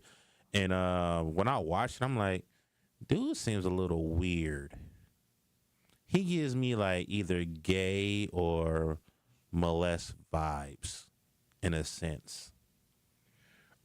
Jameel White, who probably is a very talented actor, never really did anything major after Family Matters because he was so damn typecast as Urkel that it ruined his career. I also am unaware of Family Matters existing in syndication. I'm sure somewhere you can watch old reruns of Family Matters. I hope so, because if not, then Jameel White and other... Is Carl Winslow the guy that played him still alive? Reginald... What is his name? Johnson. Let me see. He's got to be dead. Oh, my God. Look at this picture of him. Oh, he looks terrible. No, he's not dead. Is he? No. He's still alive. But he's not acting anymore. I guess they all typecast themselves. In fact, who played Eddie? Where's Eddie at? Let me see where Eddie is. Family Matters star message to Diddy among rumors actor was at freak-offs. What? Family Matters stars surprising message to Diddy amid viral rumors actor attended freak-offs. Please don't tell me that Carl Winslow, the daddy from Family Matters, was at Diddy freak-offs. This can't be right. Reginald Johnson, who played the family patriarch Carl Winslow on Family Matters, has a message for Sean Diddy Combs amid rumors the actor engaged in the disgraceful rapper's freak-off parties. Johnson, who is currently competing on season 33 of Dancing with the Stars. Oh, God, you know he's a has-been if he's on Dancing with the Stars. When is this article from? September 26th of 2024, so just last fall. Johnson, who was currently competing on season 33 of Dancing with the Stars, was beyond adamant that he never once participated in any of Diddy's so-called freak-offs. That's all BS, and he actually said the word BS. The actor told TMZ while exiting Dancing with the Stars rehearsal in Los Angeles on Wednesday, September 25th. I don't even know that man. I never met him before. Oh, yes, you were. And they're showing a picture of Carl Winslow wearing a crushed velour suit with a sparkly, glittery shirt underneath it. Oh, he looks like he would have been a star of a freak-off. Rumors of the man that played Carl Winslow on Family Matters' alleged sexual encounter with Diddy circulated after the comedian Lucy Cannon claimed he once caught Vel Johnson in the act with the hip-hop mogul at one of the events. The rumors gained further attention when longtime Breakfast Club host Charlemagne the God discussed them on a flagrant roundtable. Diddy, as pop culture followers know, was arrested and charged with sex trafficking, blah, blah, blah, blah, blah. Among the many disturbing alleged details in the case against Diddy include freak-off parties where he and his constituents supposedly offered drugs to the alleged victims in order for them to engage in sex. So, not that I'm rehashing this whole Diddy thing, because in the grand scheme of things, I don't care. But this was the same kind of stuff that Donald Trump was engaged in when he was hanging out with Jeffrey Epstein. This is the same kind of stuff that Bill Cosby was doing with the women and the Quaaludes. Like, this stuff actually happens in Hollywood. It really does. It's a part of it. You're so detached from reality. Their egos are so big that they do things that normal, regular, working people would never even consider. Now, think about this. If you all could get away with stuff, do you know how many other things you would do? How many things you would try? Places you could go? If you know you would never get caught. Or if you did get caught, the cop is a fan and the cop will let you go. Or the prosecutor is a fan and the prosecutor would let you go. Imagine some of the things you would attempt, you would engage in, that you would participate in if you would never, ever get caught. And I'm not justifying their lives at all. But that's just, it happens. And they all have these secrets. What happens, though, is they make the wrong person mad. Or they get too, quote-unquote, big for their britches. Or they try to buy a network. Or they try to, insert themselves into that other world where people have real power and real control. That's when the stories blow up. That's when, the security camera footage is now available. That's when XYZ, A, B, and C person comes forward. A lot of these, actors and singers and people that are very, very famous, a lot of them have involved themselves in some really nefarious activities, but their record company be like, look, you're going to sell a bunch of records for us. We're going to make tens, if not hundreds of millions of dollars off of you. We, as your record company, we're going to get you a lawyer. We're going to protect you and give us a list of all the people that you maybe have done freaky things with. We, as your record company, we're going to pay them off. We're going to get our lawyer to investigate a whole bunch of stuff. We're going to discredit these women, et cetera, et cetera. And that's while these record companies and corporations are making money off of this actor, off of this singer, off of this rapper. But then if that rapper gets too big for their britches and they start saying stuff like, I'm going to start my own record company, or I'm going to be an independent artist. That's when those companies that may have paid all of those women to be quiet, to not tell their stories about their client, about their rapper, that's when the corporation says, hey, we paid you $500,000 to not talk about your sexual escapades with our signed client. Now we'll give you $5 million to actually tell the story.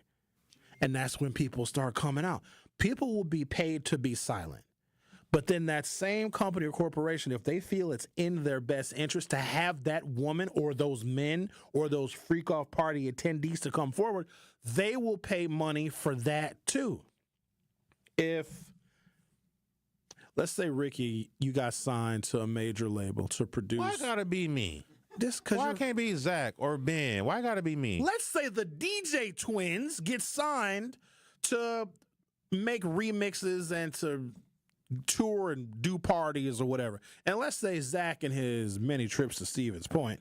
I tell him every time what I say. Zach say, stay away from them fat butt gals. Stay away from them. Ain't nothing but trouble, because up in Stevens Point, them butts are fat. And what's that? HPBs? Did you say that on the air? HPBs. Oh, yeah, I can't say that on the air. Yeah, remember? Yeah, oh, yeah. Oh, that's hard to stay away from. But anyways, let's say in your many trips to Stevens Point, where them girls got fat butts up there. Something about college campus where the butts are fatter than in normal society. And, you know, Zach has a couple of interludes with a couple of young ladies. And let's say, Rick, you got a couple of things in your checkered past. But this record company is going to, they're going to sign you guys. You guys are going to be featured all over the country, throwing gigantic parties, even bigger than Tony Neal did, right? And so these record companies like, hey, Ricky and Zach, give us a list of all the women that may come forward and damage your reputation, and we'll pay them $300,000 to be quiet, make them sign NDAs. And most of those women would do so. But then if the DJ twins decide that you guys don't want to be with this record company no more, and you don't want to renegotiate your contract, and you guys want to start your own thing where you now are keeping all of the revenue, that record company might be willing to pay those women $3 million to talk, because they're going to lose more money if you guys go out on your own. So with you on their record label, they might be making $50 million a year. If they lose you on their record label, they might lose $100 million a year. Do you see how that goes? And that's when all of Zach's, you know, fat butt gals come out the woodwork, and Ricky and all the women he's involved himself with, most of them probably have gold teeth and peg legs. I'm not judging you, Ricky, on what your tastes are in women, but it is what it is. That's how the game usually works. Me and you got the same taste in women. No, the hell we don't. Yes, we do. No, we don't. Yeah, bad boy. I met her first. You want to become a bad boy, right? You want to be a bad boy? No, I am already a bad boy. I'm the bad boy in Milwaukee radio. You can't tell me nothing. I'm the bad boy. Hey, look at me. Look at my face. Look at me. Take that. Take that. I can't have eye contact with you while you're saying take that. Welcome to Bad Boy, baby. I'm the captain now. The Truth with Sherwin Hughes on 101.7 FM. We'll be right back. The Truth with Sherwin Hughes returns after this on 101.7 The Truth app, and 1017thetruth.com. This is your Planned Parenthood Advocates of Wisconsin Minute. People will tell you that race is a social construct and that there's no biological reality that distinguishes between a white individual and a black individual. So what does that mean if there are these quote-unquote disparities, right? It means that the way we move through a society is markedly different, right? And that the experience that we have has biological consequences. Is when you're in a society where people are constantly discriminating against a certain group, denying access, don't have control over the institutions that govern our lives. All of those things create a biological reality and a response, whether it's a stress hormone or a fear or something that could be passed on, what we call epigenetics, which means what my mother or my grandmother experienced had an effect on what formed me in my responses to those stressors. That's how we can be two individual people with very little difference, but have totally, vastly different experiences as we move through our reproductive health. This has been your Planned Parenthood Advocates of Wisconsin Minute. Today's Making Your Money Work is presented by Associated Bank, and now I am excited to be joined by Tamara Castle. So let's get this thing right started. We are talking about buying a home for first-time home buyers. Why do you think a credit score is important, and what score do I need to be approved for a loan? Well, of course, we all know that credit score is important. It's really measuring your ability to borrow. So with Associated Bank, we need at least a 620 middle score. And what we do is help customers build up that credit. With me having a background as a counselor, I'm able to tell you, looking at your credit report, what little steps you will need to take to get it up to that 620. Because again, like you said, not everybody's ready to purchase with their score, but once you get some guidelines, some tips to bring that score up, we'll get you ready for the 620 and get you rolling. I love that. So you help people actually even get it up to where it needs to be so they can buy a home. Yes, and that makes the kind of difference between me and other loan officers is because I used to be a home buying counselor, so I can give tips while I'm actually doing the application. What would you say are some benefits of getting a home loan with Associated Bank? Well, number one is customer service. We strive on that, making sure that we have open communication, and again, using a CRA loan officer that's going to break down what you need versus the loan officer that just says, I can't help you. Click. We are actually going to sit with you, and whether it takes 2 weeks or 2 months or 2 years, we'll still be here to help you with that mortgage loan. Well, I already know people are ready right now just from hearing this. So how can they contact someone at Associated Bank about getting started? They can always go to associatebank.com. Obviously, you'll look up Tamara Castle and reach out. The best way is phone 262-888-3135. We take the applications over the phone, face-to-face, or online. I love it. Thank you so much, Tamara, for joining me here today. Making your money work on the award-winning 1017 The Truth is sponsored by Associated Bank. Your money works here. You are listening to The Truth with Sherwin Hughes on 1017 The Truth, The Truth app, and 1017thetruth.com. Well, we're moving on now. To the east side. To a deluxe apartment in the sky.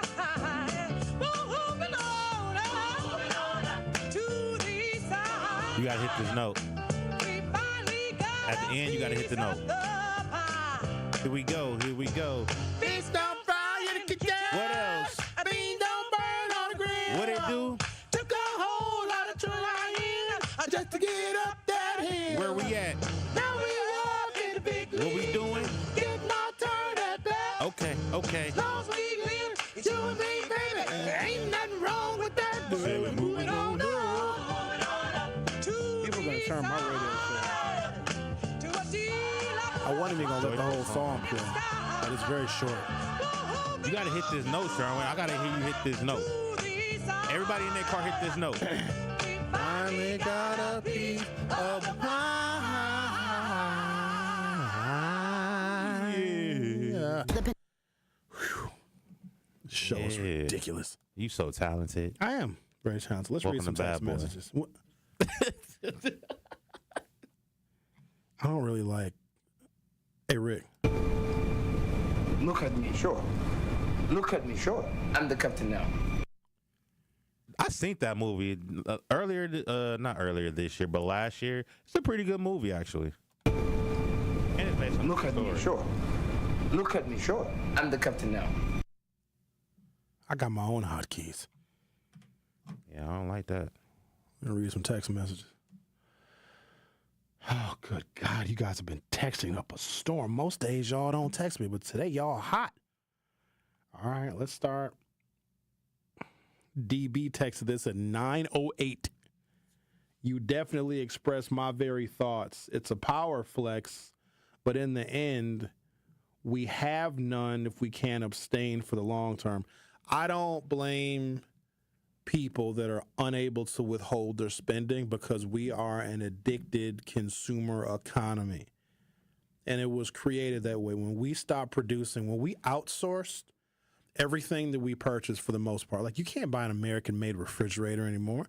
You can't buy an American-made appliance, an American-made TV. All that stuff is made somewhere else. So when we outsourced production of our consumer goods to other countries, we then became a nation whose economy is just built on constantly spending. And so it's really hard to tell somebody who lives in a world of a consumer economy, hey, on this particular day, don't buy anything. The corporations know that they have us. So another question would be, and this is a rhetorical one, please don't answer it. Some of you have direct debit. I know I got direct debit for certain bills. It just comes out of my account. So I don't have to worry about paying. I don't have to worry about late fees, whatever. How many of y'all had direct debits that correspond to the end of the month? Because this is where a lot of you guys get paid. Did you cancel your direct debits? Of course not. What if your internet is due today? Are you going to risk not having internet at the house? Did you cancel your Netflix if your direct debit for your Netflix or if your Netflix is due today? No, you probably didn't. That is why this effort is shoddy at best. And also, we didn't put together an ask. And I got the Al Sharpton flyer, but then somebody said Al Sharpton's boycott is going to be in April. Al Sharpton is going to be sorely disappointed because his boycott is going to be so unsuccessful. He's going to see that he is not as relevant as he thinks he is. Al Sharpton said, why this matters. Corporations and banks only care about the bottom line. Disrupting the economy for even one day sends a powerful message. No, it doesn't. If they don't listen, we make the blackout longer. We can't. Our numbers are powerful. This is how we make history. Spread the message. Please share with all of your contacts. Talk about it. Post about it. Document your actions that day. We must use the power we do have to send an economic message with our numbers, as did Dr. King. Al, I don't like you invoking Dr. King on this because his boycott was planned. There was a strategy, and it was over a year long. We're asking folks to not buy stuff for 24 damn hours. I think that explains where we're at. how we had the kind of commitment as a people, as a community, as a culture, and quite honestly, as a nation, because there were people from outside of Montgomery, Alabama, that would come to Montgomery, Alabama, because there was no Uber back then, and they would drive people to work. They would drive kids to school. They would drive people to run little errands because they wanted to be outside supporters of the boycott. We don't have that kind of support nowadays. It's the wildest thing ever. It's like we're always talking about how we need to come together as a community. I bet you 75% of the people that listen to me, you don't know who your neighbors are, or you hate them. I hate my neighbors. I mean, I don't hate them, but I got a little bit of a beef with them. But I'm realistic when I talk about community. Community is only like-minded people. Because if there's somebody in our own community and we disagree with them fundamentally, politically, they have different beliefs. If they're an anti-vaxxer, we believe in vax. Like they're not going to be considered a part of our community. So we're selective even in our understanding and definition of community. Community is you got to come together with people that you do not like, you do not agree with. They're from another country sometimes. They speak a different language. They have a different religion. They've got different views on medicine and vaccines. You still have to come together with those folks. And we are quick to let our differences divide us from other people. Now, ultimately, a lot of us have the same goals in mind, but we're selective on who we come together with because we don't want to be in the same room with people we disagree with. And we use that as an excuse. And so when people say, oh, we got to come together, it's always those folks that are the most divisive. Because they'll tell you who they don't like, what they'll never do, what they're not going to sacrifice. Those are always the ones that say come together. You ever notice that? Because those are the most isolated people. They're always telling us that we need to come together, we got to work together, because they have isolated themselves. Those are always the people that have the most far out views, the ones that are always screaming, we got to come together, everybody. No, they're isolated. Because if they were the kind of person that was charismatic and brought people together, they wouldn't need to keep screaming, we need to come together. There are people that have natural followings because of who they are and the work that they put in. They don't ever have to get on social media and say, I wish we could come together. It is the isolated ones that are always saying that. All right, I said I was going to read some text messages. I promise I'll read them on the other side. The Truth with Sherwin Hughes on 101.7 FM and streaming live on YouTube and 101.7thetruth.com and on the free 101.7 The Truth app. We got to mention the app more, Rick. We got to tell people that we have an app that you can download from the App Store. And then you can stream our programs and also listen to our podcasts as well. By the way, Rick, just want to share something with you. You're not the captain. You don't know if that's what I was going to play. You're not the captain, sure. Look at me, sure. Look at me, sure. I'm the captain now. The Truth with Sherwin Hughes will be right back. The Truth with Sherwin Hughes returns after this on 101.7 The Truth app, and 101.7thetruth.com. On Thursday night, the Milwaukee Panthers return home to host Horizon League Conference rival, the Oakland University Golden Grizzlies. Eric steps through on a double team, scoop to score. 94 feet of EP offense. 6 seconds, McKee for three, hit it! It's a 1-point game. Scott Warris has the coverage Thursday starting at 6:30 p.m. on 101.7 The Truth and the Milwaukee Panthers Sports Network from Learfield. Tip-off happens at 7 o'clock.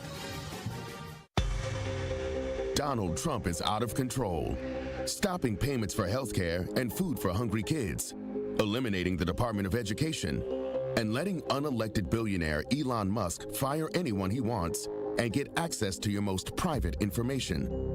We need a Supreme Court justice who will keep them in check before they go too far. That's Judge Susan Crawford. I'm Judge Susan Crawford.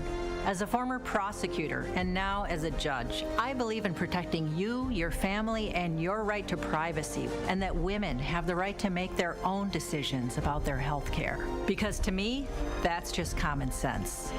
Donald Trump and Elon Musk are both backing Brad Schimmel. He'll do whatever they want. That's why we need Judge Susan Crawford, the common sense judge who will keep them in check. Judge Susan Crawford for Supreme Court. Paid for by Susan Crawford for Wisconsin. Crawford for WI.com. How much does it cost to talk to Gruber Law Offices after a serious crash? It's free. Yes, free. As in, it won't cost you anything to speak with us. Not sure if you have a case? Call our team at Gruber Law Offices today. Your first call and your first consultation are always free. And you'll never pay us a fee until we win your case. If you've been seriously injured, call Gruber Law Offices. One call, that's all.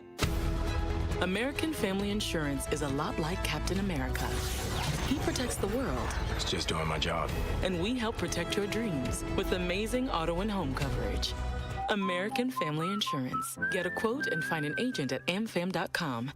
And see Marvel Studios' Captain America: Brave New World. Suit up. We need to move. In theaters February 14th. This film is not yet rated. Products not available in every state. American Family Mutual Insurance Company, SI, and its operating company, 6000 American Parkway, Madison, Wisconsin. People often wonder, what's the credit union difference? Well, let me tell you what's different about Educators Credit Union. We're more than just a financial institution. We're a team of people who are actively invested in the next generation and in the communities where you live and work. We're in classrooms teaching financial literacy, in neighborhoods building homes and relationships, and in local communities lending a helping hand. We believe when communities thrive, we all thrive. Educators Credit Union, achieving more together, insured by NCUA. You are listening to The Truth with Sherwin Hughes on 1017 The Truth, The Truth app, and 1017thetruth.com.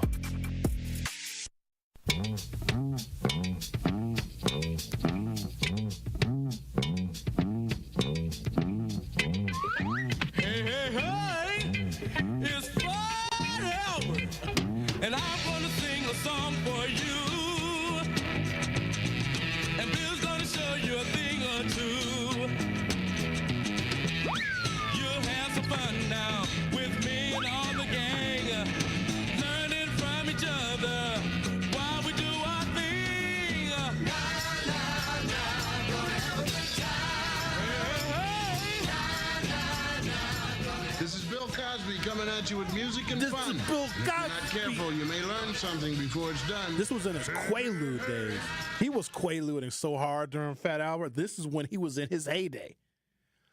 Bill used to go to the Playboy Mansion and kick it. And that was back when all of the girls at the Playboy Mansion were not 18. I know y'all know that everybody wasn't an adult at the Playboy Mansion at the time. That's so wild that when Bill Cosby had programming that was designed to educate, entertain, and encourage young people, like the messages in Fat Albert, like our young people need that stuff today. They really do. So uplifting and so encouraging. It was anti-bullying before it was cool. It was, telling young people that they should be helpful and not hurtful and look out for the little guy. Like, no, the messages were incredible. But at the same time, Bill Cosby was Quaaluding so hard. He was getting so much like sleepy vagina at that time. That's just the wildest thing ever to think about. But it's like, it's hard to gauge how you should feel about somebody, right? Somebody mentioned something about Michael Jackson in the YouTube chat. And you guys know I can't keep up with the YouTube chat because you guys type so fast. But Michael Jackson's music, if you're of a certain age, and when I say of a certain age, between like 90 and 20, Michael Jackson's music and his contributions to art and pop culture is just ubiquitous. There was no figure like him. Prince, somewhat comparable, but Prince's art was different. Michael Jackson was just everywhere. All of Prince's music you couldn't play. Prince used to like to wear panties a lot. Michael Jackson did too, but there were little boy panties though. But I'm saying, how do you reconcile that? Because Mike's music, even to this day, I could play a Michael Jackson song and y'all would stop what you're doing and you would dance. But Michael Jackson, I think he did the stuff with the boys. It's just, don't you climb trees. Don't make fun of Mike. Mike is... you the one that making fun of him, talking about wearing boys' panties and Prince wearing panties, having his butt cheeks out. Prince was basically transgender, but his music was so not. Good. Stop. Are you out of your mind? Prince wore long feathered hair and makeup and heels. He wore heels all the time. Prince wore heels even when he played basketball. And he was cold. We ate them buckets. It's weird how we look at stuff different now. If you look at even some of the 1980s rock and roll bands, like the hair bands, those were all men in drag, long hair, lots of makeup. You had long hair and a blowout. They all wore heels and platform shoes. All of them did. I could picture you with a blowout. Rick, you picture a lot of stuff that's not normal and regular. I'm not a normal person. Fonz said, stop letting black women run black men.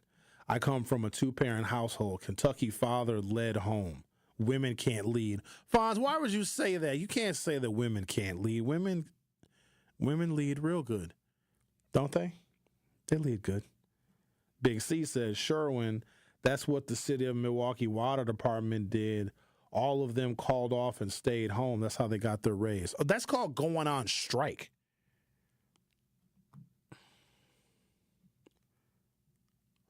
Ronnie just says, give me a break. But he said that, oh, not the themed song to Give Me a Break. Thank you, Ronnie. I used to love Give Me a Break. Nell Carter was a nanny. She was a black woman that took care of a white family. Isn't that crazy? That the mammy theme, rather, still permeated through Hollywood, even into the 80s. Uncle Steve is requesting Sanford and Son. Hey, Rick, can you write these down, Rick? Sanford and Son and Welcome Back, Cotter, because people are requesting those themes. Fonz said, the same Fonz that said black women can't lead. Women can't lead. Frasier did talk radio like y'all. I don't know that Frasier had a radio show on the program. Dion said, why are you being negative about something black people are trying to do as a collective? It starts off as baby steps, and it could start off as one day and then maybe a week and then maybe a month. We have to start somewhere, and it doesn't even start somewhere. We will never start. Dion, you just voted for the first time in November, so please don't tell me about starting somewhere. Stop it, dude. Don't become a hypocrite. Don't do that. All the opportunities that you had to be a deciding vote in a bunch of elections that you let slip through your fingers. Now, all of a sudden, you want to be pro boycott, which you got your fist in the air, which you got an afro now, Dion. The Truth with Sherwin Hughes on 101.7 FM. We'll be right back. The Truth with Sherwin Hughes returns after this on 101.7 The Truth, The Truth app, and 1017thetruth.com. The Truth app is home for all the Milwaukee Panther content you would want. He'll dart baseline, and he will tomahawk it home with his right hand. From conversations on the airwaves. We're going to defend every board up the floor and every bounce and every pass. And we've got good depth, and you have to have good depth for the way we play. To game highlights. And at the top, rises for three over Young and buries it. Find The Roar on the Truth app, Apple, Spotify, and wherever else you get your podcasts to keep up with Panthers hoops. From the biggest plays on the court to the comments made in the locker room after, an in-depth recap of every Bucks game in 6 minutes. No more, no less. Bucks in 6 provides game recaps for every game. Hear the high-flying dunks from Giannis. Puts it on the floor, spins down the lane, and plunges it through. Or the deep threes from Dame. Dame time has arrived with 107. Bucks in 6 on the Bucks Plus audio network. Find it now on bucks.com/plus or on Spotify, Apple, and wherever you get your podcasts. Truth Nation, let us talk our ish for a moment. There is no other station in the country where you get a front row seat to hear from some of the biggest names in politics, pop culture, and sports. People like Grammy Award winner John Legend. Knowing that fight isn't over, knowing that we've got to stay motivated and stay inspired.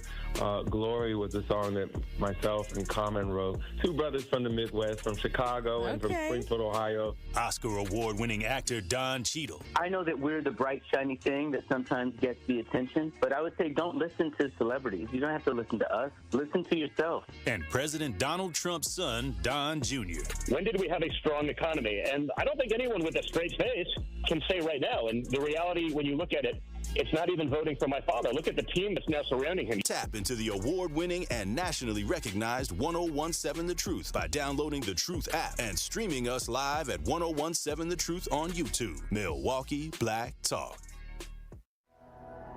The more you listen to your kids, the closer you'll be. So we asked kids, what do you want your parents to hear? I feel sometimes that I'm not listened to. I would just want you to listen to me more often and evaluate situations with me and lead me towards success. We're not adults, so just be there and like listen. I just want someone to yap to. And I just feel like I'll be fine like if someone just hears me talk and talk and talk and talk and talk and talk and talk. You're doing a really good job. And I don't think I tell you that enough. And I know sometimes we get into it and it's just hard on both of us. But try to understand me more and I'll try to do the same. Listening is a form of love. Find resources to help you support your kids and their emotional well-being at sounditouttogether.org. That's sounditouttogether.org. Brought to you by the Ad Council and Pivotal. You are listening to the home of Milwaukee's realest conversations. 1017 FM, 1510 AM WGKB Waukesha and W269DL Milwaukee, a locally owned Good Karma brand station. You are listening to The Truth with Sherwin Hughes on 1017 The Truth, The Truth app, and 1017thetruth.com.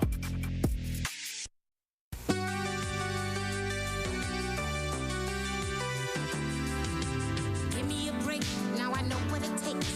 I'm putting a new piece on the old one, ready for anything. Playing with fate, not a moment too late. Showing the whole world nothing can get me down. Ooh-hoo. Give me a break, yeah. Give me a break, 'cause I sure need one. Give me a break, yeah. I finally know where I belong. Give me a break, yeah. Give me a break, 'cause I sure need one. Give me a break, yeah. I finally know where I belong. Give me a break. Welcome to Hour 3 of The Truth with Sherwin Hughes. Today we are featuring popular 1980s and 90s sitcom themes, going back in time a little bit because everybody loves to be nostalgic. Oh, by the way, today is the last day of Black History Month, so I hope you got a lot of history about the blacks this month. And also, today is the large national boycott, where different groups and constituencies of people are withholding their spending in order to send profound messages to the powers that be that we American consumers are upset, we're fed up, we've had enough with everything from the conditions that exist in this country to corporate greed to politics to all of the low wages that are still hurting vulnerable people in our neighborhoods and our communities. So, variety of things in which you can do to help participate and support this boycott. And I hope that you, in fact, do find some worthy bits and pieces of this cause to involve yourself in. I have been giving what I think is a much more realistic perspective. Obviously, boycotts work because we have seen them work, but what we cannot do is just cherry pick things from history and then apply them now without applying everything that went involved in a boycott that was successful. It's a lot of work. It takes an awful lot of planning. So I come to find out that Al Sharpton is going to initiate another boycott in the spring. Okay, good. That's still too soon. He wants to do his in April. But you would have to start planning many, many months in advance. What is the strategy? How is it going to work? What media outlets are you going to work with to promote the boycott? What are we trying to accomplish with? Like, what is the goal? And then is there an ask? So if we are withholding our spending and it works and companies are like, hey, don't do that again. What do you need us to change so you don't do that again for a week or a month next time? What is our ask? And is the ask going to be unified? Different people want different things. Maybe that's something that we should discuss here. If you only had 3 things that you could ask for in the city of Milwaukee, and I'm not going to say Black Milwaukee or Latino Milwaukee or Asian Milwaukee or white Milwaukee because that's just going to cloud everything up, because each of those groups have their own specific wants and needs because those communities are different. Now, we all share 96.1 square miles of the city of Milwaukee together, but few of us are unified in the things that we want, need, and desire. Some people want money. Well, other folks have money. Some people want a better education for their kids. Some people put their kids in the best private schools where education is not their thing. Some people want better city services. They want their snow to be plowed quicker. Some people, their snow is up before it even falls. So what 3 things do we need here in the city of Milwaukee? And you can't say something broad like for crime to end. That's not going to happen. Maybe a reduction in gun violence. Is that realistic? What are 3 things that we can get all Milwaukeeans to agree on that we need? And if we do another one of these economic boycotts, and I suspect that there will be more of them, because in the days of Trump, people are really going to take a serious inventory of what we can do to try and get some attention on people who are absolutely going to be forgotten. Middle-class people, working-class people, poor people, people at all sorts of different social disadvantages are going to get forgotten about and left behind, because a lot of what they are taking out of the federal budget speaks to those people's needs. You know that we can't help everybody. As individuals, we can. We're very limited in who we can help. But for all of the other people that we cannot help, there really are government programs that I know do a lot of good. They keep people from starving. They keep our children, in good shape when it comes to children's health care. A lot of these things that the federal government pays for, they take care of people that we can. And so what we do is we have this relationship with the federal government. You take taxes from us, states as well. You take taxes from us, and you fund things that can help people that some of us are unable or unwilling to help. And what the Trump administration is doing is they're taking our collective dollars, some of which are distributed to states and cities, to help people that really need it. And the Trump campaign, or the Trump administration rather, is Xing all of that stuff out. And so as time goes on, more and more of those people are going to get hurt, and they're going to get forgotten about. So when we have these economic boycotts, it's a way to get the attention and like shock the system with a defibrillator to say, hey, don't forget about these people, because more and more of them are being hurt and damaged by these drastic budget cuts from the Trump administration. But if we put together another boycott, and there will be more, because people are going to take an inventory of anything and everything they can do to get some kind of attention on the pain that is ultimately going to grow for more and more diverse constituencies as we move on. What's the end goal? Like, what do we want to accomplish? I'm so unclear, because every day it's something different. With me, it's always been education, how we look at education, how we fund education, how certain families need to have the same access and opportunities as rich families, because now we're talking about children, and we have to look at children the same way. We have to. They're going to be the future leaders. Those are going to be our future elected officials. Those are going to be the people that are going to carry on whatever legacies we leave behind. Some of the good work that you all have done over the course of your lifetime, if you don't have children, or if your children are doing other things or going in a different direction, who's going to carry on your legacy? You could be inspiring a youth that you don't even know right now with the work that you're doing. And so us pouring in everything we can to our young people allows them to carry on our legacies that we have built over our lifetime. So we all have to look at children as leaders to be cultivated and not just problems that need to be solved, you see. So education has always been my thing. There's no way that most of us would be where we are if it wasn't for either the education that we received or a teacher that believed in us. I got a 4th grade teacher, well, had one. Her name is Miss Pouts. P-A-U-T-Z. I sure hope she's still alive. I felt so loved in her classroom. I don't even know what it was that she did, but I felt comfortable. I felt like I could be myself. I felt seen and heard back before kids were even talking about feeling seen and heard. And I still, to this day, I still think about her. It was a spelling class. It was either spelling or phonics. Either way, I sucked at the class. But I loved the energy of her classroom. That has stuck with me to this day. And she helped kindle my love for learning. So a lot of us are where we are, or will arrive at where we ultimately should be because of the education that we receive, the quality of that education, or a teacher that inspired us. So that is where one of my deep passions. Hold on, man. That's I had a serious moment.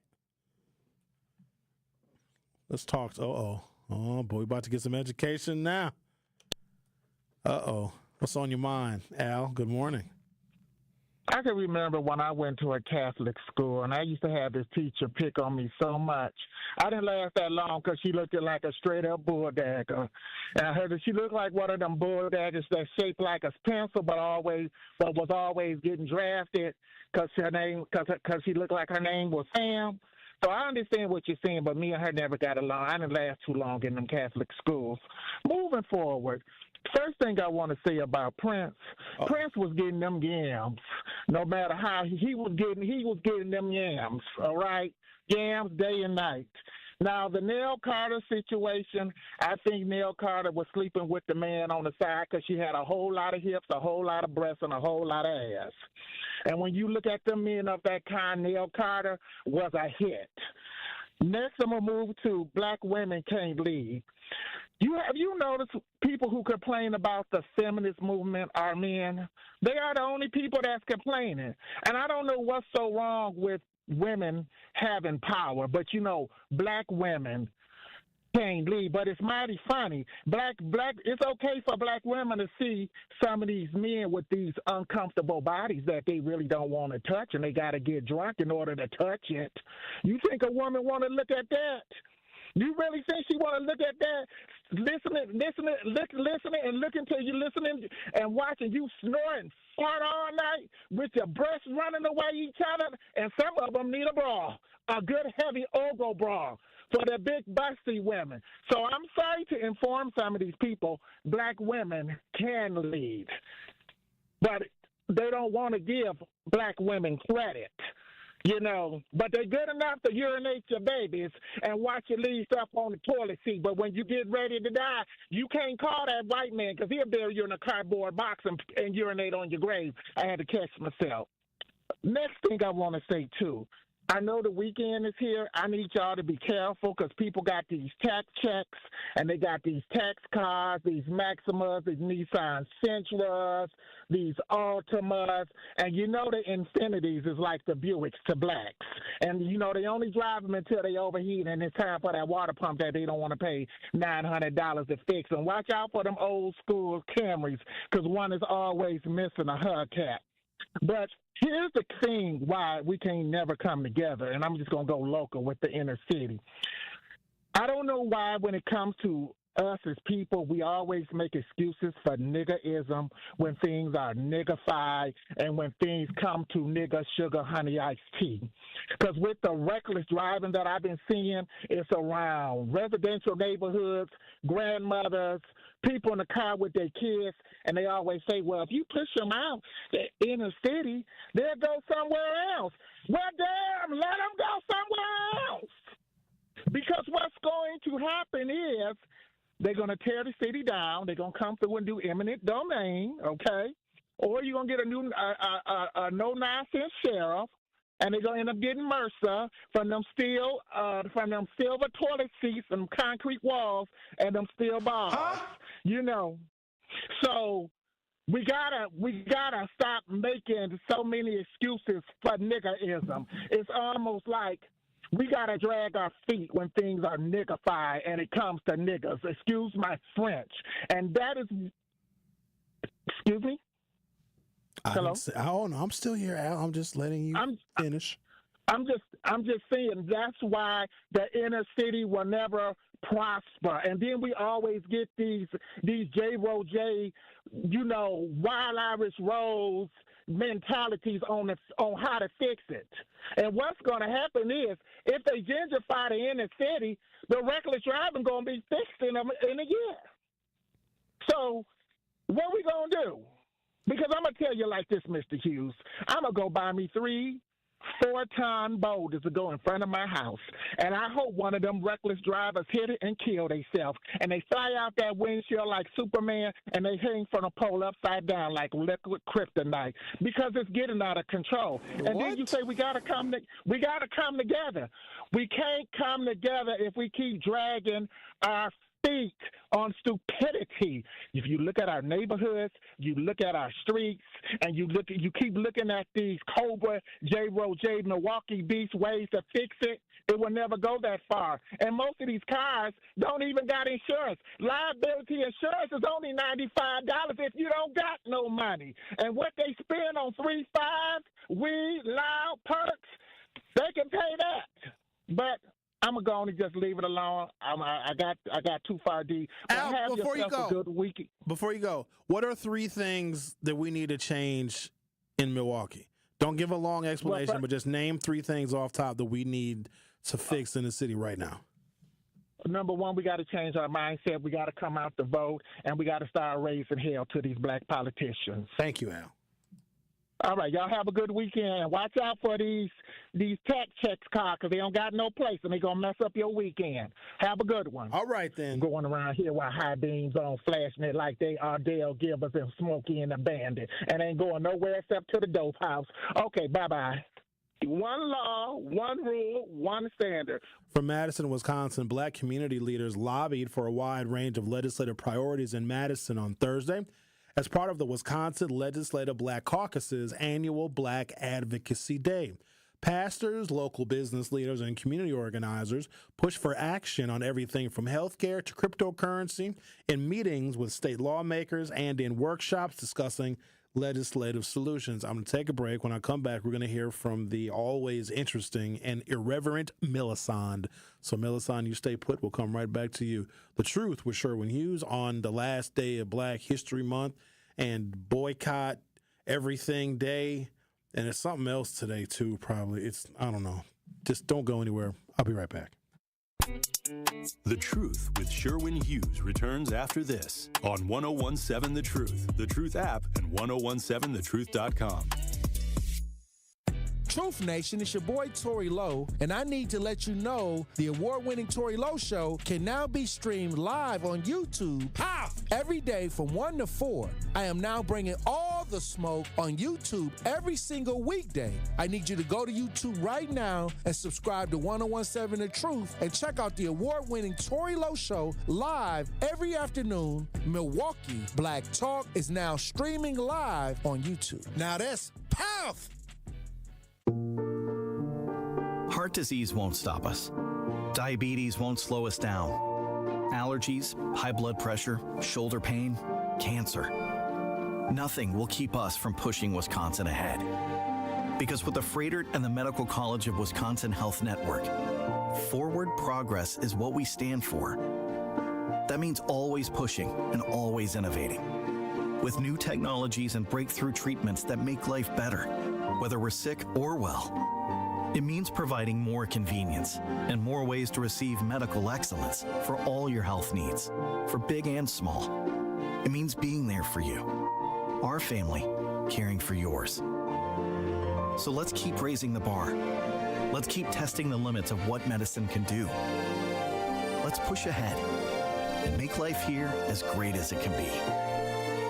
Visit Freighter.com to find out how. Ready to buy your first house, move into your forever home, or simply refinance? At Associated Bank, they've got you. With the right lending plan and guidance, you can achieve your dreams. Your financial goals are closer than you think, and Associated Bank is excited to help you reach them. Learn more at associatedbank.com/lending or ask a banker for details. Subject to credit approval, member FDIC, equal housing lender. I walk on the shoulders of giants who have come before me. I am ASAP and Maya Angelou. I am Marva Collins and Frederick Douglass. From A to Z, I celebrate, emulate, and commemorate their example. This is part of the Declaration of Excellence Milwaukee College Prep Scholars recite, not just during Black History Month, but each and every morning, because our students don't just honor history, they're determined to shape it. Enroll your scholar at MilwaukeeCollegePrep.com. Make history at the amazing 10th annual UNCF Mayor's Mass Ball on March 29th. Join Mayor Cavalier Johnson for an unforgettable evening that will transform lives. Every dollar raised helps promising local students achieve their college dreams through vital scholarships. This premier gala doesn't just celebrate our community, it builds future leaders. Be a part of Milwaukee's most meaningful social event of the year. Reserve your place now at uncf.org/MMB. That is uncf.org/MMB. You are listening to The Truth with Sherwin Hughes on 1017 The Truth, The Truth app, and 1017thetruth.com.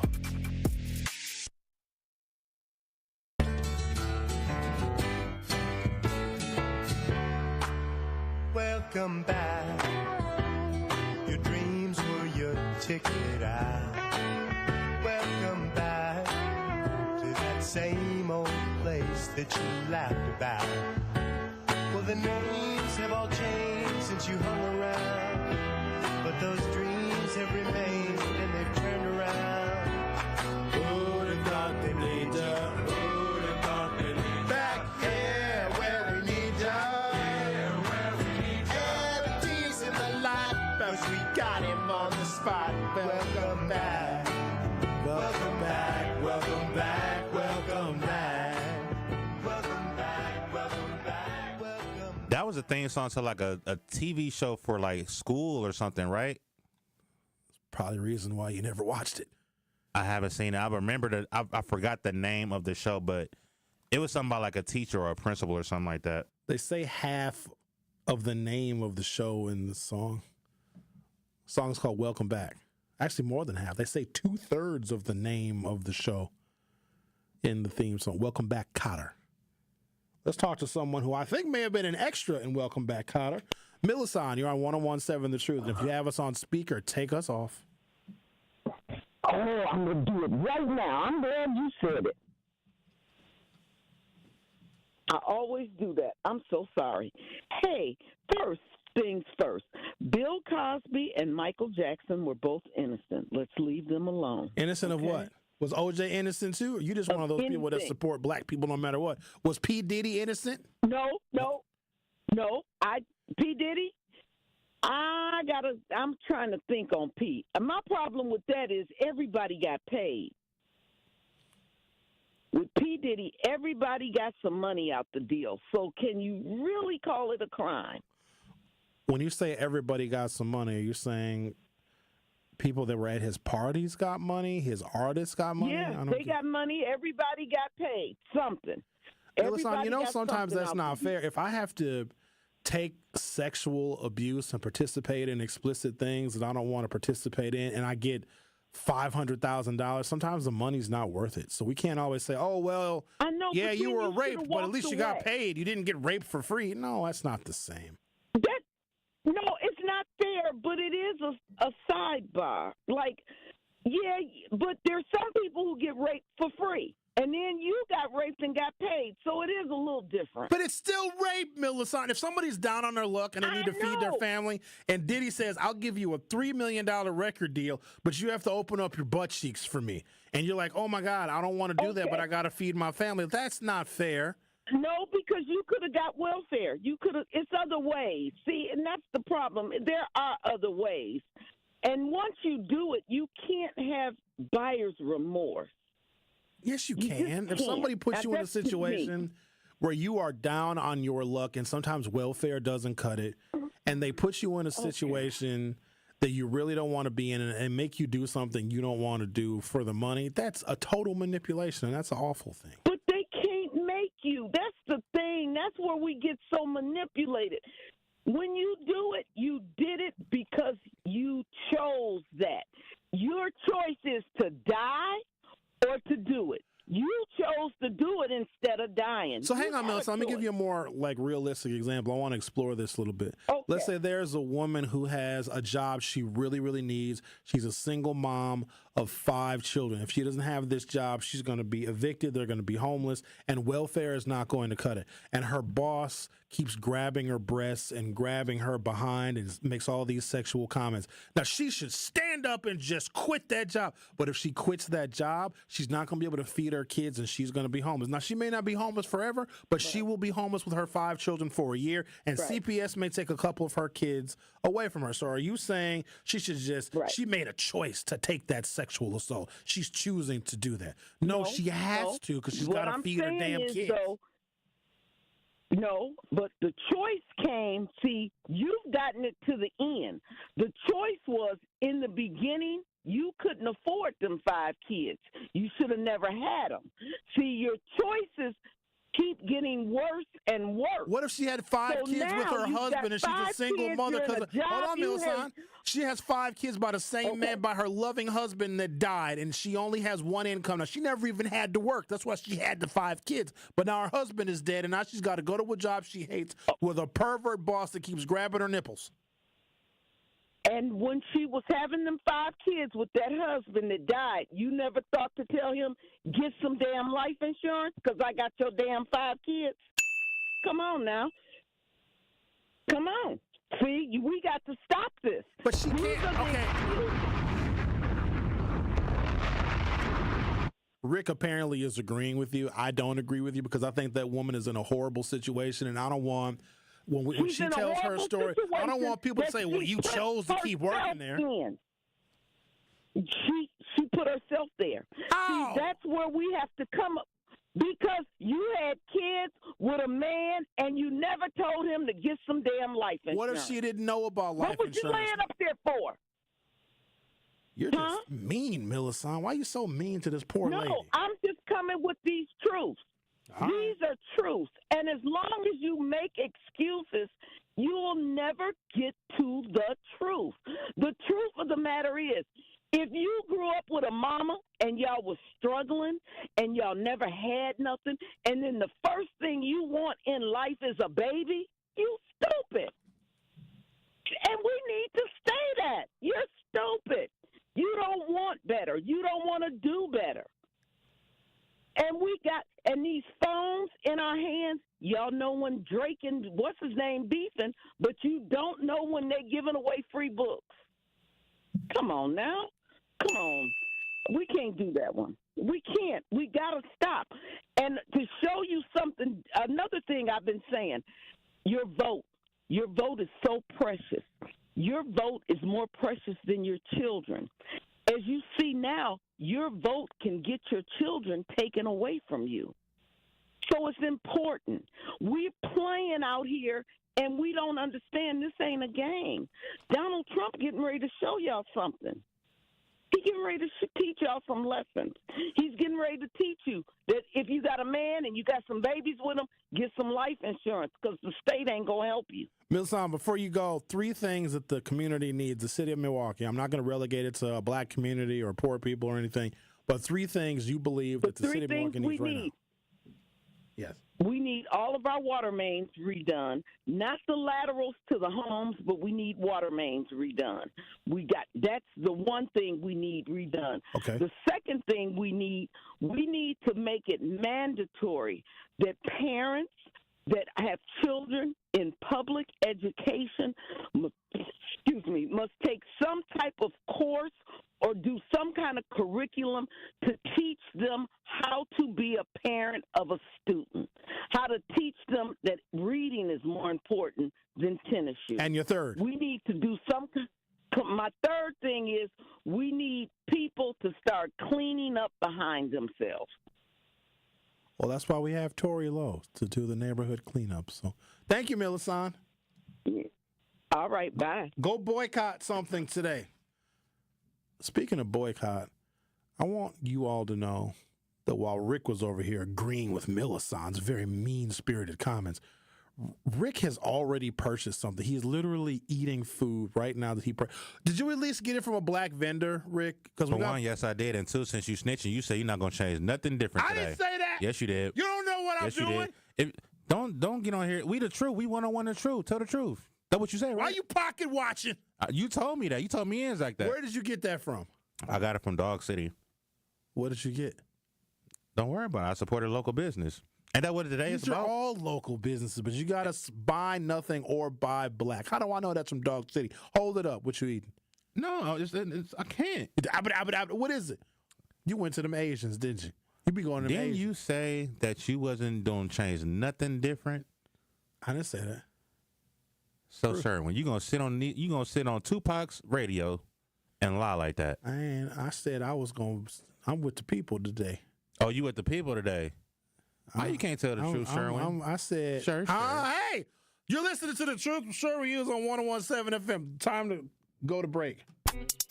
The Truth with Sherwin Hughes returns after this on 101.7 The Truth app, and 1017thetruth.com.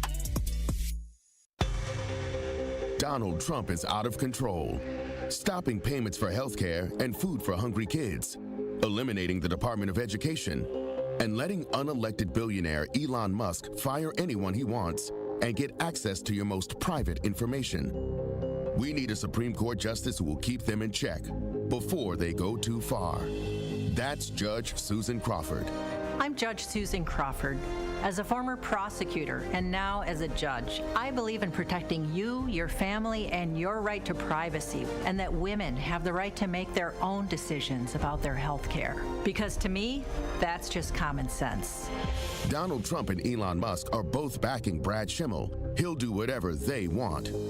That's why we need Judge Susan Crawford, the common sense judge who will keep them in check. Judge Susan Crawford for Supreme Court. Paid for by Susan Crawford for Wisconsin.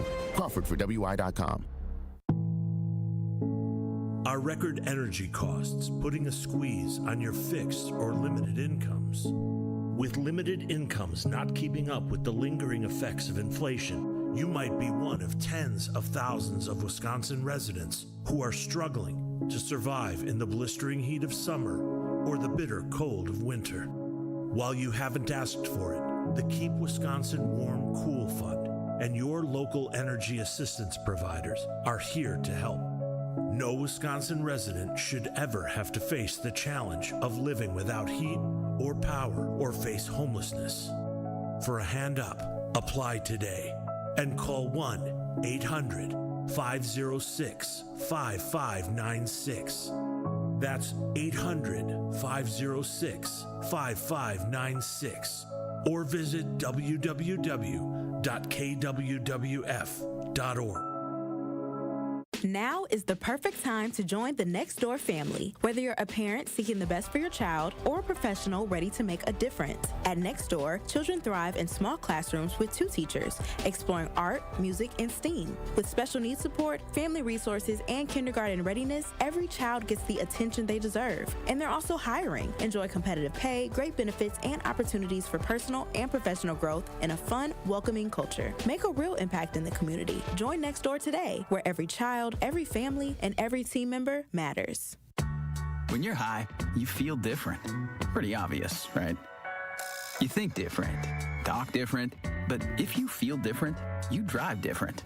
So if you're high, just don't drive. Brought to you by NHTSA and the Ad Council. Happy kids heal faster, and that's why Starlight is dedicated to improving the mental well-being of sick kids across the U.S. Learn how at starlight.org. Proud partner of your Milwaukee Bucks. One call, that's all. You are listening to The Truth with Sherwin Hughes on 1017 The Truth app, and 1017thetruth.com. Now the world don't move to the beat of just one drum. What might be right for you may not be right for some. A man is born, he's a man of means. Then along come two, they got nothing but the genes. They got different strokes and things, different strokes and things, different strokes to move the world. Different strokes. Sounds like a remix version. Let's talk to a patiently waiting Lana Banana. Hi, Lana Banana. How are you? All right, I'm woke. How you, Sherwin? I'm doing all right. What's on your mind, Lana Banana? Good. I just wanted to say, like, even though everyone did get paid with, Trump and Diddy, it's still a crime. And even the kids that got paid and raped, that's still a crime. who were adults and had drinks and had drugs, was drugged and didn't know what was going on, that is still a crime. It doesn't matter if you get paid or not. It Do you is think a Bill crime. Cosby is innocent? Are those people innocent? Because Millicent said Bill Cosby was innocent. He drugged him, didn't he? I don't know. I wasn't there. If I was there, I don't remember. I wasn't either. Yeah, me too, because I was drugged and I was just playing. No, but I heard that somebody said he gave them drugs and they was out of their mind and he took advantage of them. Yeah, that's guilty for that. All right. Because why do you have to drug somebody? You know what I'm saying? And I don't know. If I was there, I don't remember. So. Yeah, me too. I don't know. I don't know when it was. I don't even know what day it was. I don't know. What year was it? I don't know. You know, so it is a crime. You know, if it's non-consensual, I mean, you know, why he have to drug them? You know, because if it's consensual, you don't have to drug them. As far as I'm concerned, I don't know, but it is a crime. As far as I'm concerned, it is. Lana, That's what I wanted to say. What are 3 things that the city of Milwaukee needs right now? Things that need to be fixed or improved, something. 3 things. I don't know. I'm from Racine, but from what I hear on the radio, Milwaukee needs like leadership that knows what the black community needs. Instead of guessing, they need to go in the community and you know, be in the community and know exactly what's going on. All right, number 2. Second, Milwaukee needs to. I'm talking about the black community. I'm not thinking about the other people in Milwaukee. For the black community, secondly, what also needs to be done is that we need to like stop bashing each other for, you know, not doing what we think should be done for the community to be done right. For example, if we need to clean up we got to move on to number 3 because I got to take a break soon and I got another person on air. So give me a third. Oh, okay. I'm sorry. And number 3 is, you know, just have empathy. You know, don't just be closed-minded. You have to have an open mind and, you know, listen to each other and see what our needs are. And, you know, just, I know you're tired of listening to this, work together. We've got to work together to, you know, come up to a, you know, a solution. Thank you, Lana Banana. Bye-bye. From Racine. You don't want to get me started on what Racine needs. Let's talk to, somebody else from Racine. Hello, Ray from Racine. How are you? Hello, fine, and you, Sherwin? Doing Glad to talk to you all today, and just want to say hey to everybody out there. 101 The Truth. I just want to say, which I haven't heard anyone speak on, is I went to a HBCU. I was over there and around in that area when a lot of this stuff was going on with Diddy. I've met several people from in that area. And I just want to say that Diddy was a gatekeeper. I haven't heard anyone talk about that. Look at all the people and all the kids, and even now, look what rap how our kids and how everybody looks up to the rap artists and all of that. Diddy was the gatekeeper. He had all the artists. He had everybody. So you got to do what he tells you to do. You know what I mean? I haven't heard anyone speak on that. He was able to manipulate them by giving them money and giving them record deals. And, of course, they were going to do what he said because he controlled their futures, their destiny, their bank accounts. I agree with you. Yeah, but I haven't heard anyone speak on that. Just like a police officer, just like anyone in charge. If you were in charge, he held rap. He was rap. So how you gonna be, down? And these people were raped. A lot of stuff happened. You know what I mean? And he was out of order for it, and he's gonna pay for it in some kind of way. So we'll have to wait and see. But you know what? I gotta call you guys back because I got an appointment right now. So I can't finish, but I'm going to listen to you, and I want to call back because I want to talk to you some more. But, yeah, he was a gatekeeper. So that makes all the difference. Thank you, Ray from Racine. Have a nice day, and good luck at your appointment. So he wasn't all of rap. If you got signed by Bad Boy Records in the late 90s, early 2000s, that was a great record label to be with. But you also had So Def and Jermaine Dupri. Jermaine Dupri didn't do any raping. He wasn't raping for rap. That's not fair to have to get raped for rap. So I'm just saying, everybody didn't have to succumb to P. Diddy's disgusting perversions and all of his baby oils. Let's talk to Sandra. You're on 101.7 The Truth. How are you? I'm just fine. How are you doing? I'm good. I want you to start with the 3 things you think that we need in Milwaukee, Sandra. What are 3 things you think we need right now? 3 things? Number one, what I would love to do, which I haven't yet, but I love to get up there and check all the jobs that was eliminated that help keep the city clean, that the city's raggedy houses, those people they hire, they dump all that junk in the tire sink as fast as you put it on. I would love to go through all of this. And what else? I want to see the schools stay open because the kids going to need it because that's the pipeline to prison, and you know who's going to basically be in prison. And what else? I can't think of what else. I'm not in all of this police and stuff because I know we need the police, but I think it's just so much is put on our city to be bad that is orchestrated and called out all the time in order, to make us look bad, to use us as human beings for the problems in America. And the police, they don't have to live in the city. So what do they care? They're not going to die for this city.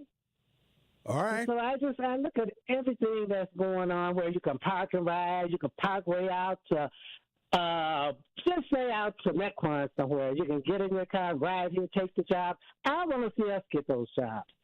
Okay. I wish all of them getting the jobs and we don't. But what I just called you for, you just said, now you were talking about that Citizens United, right?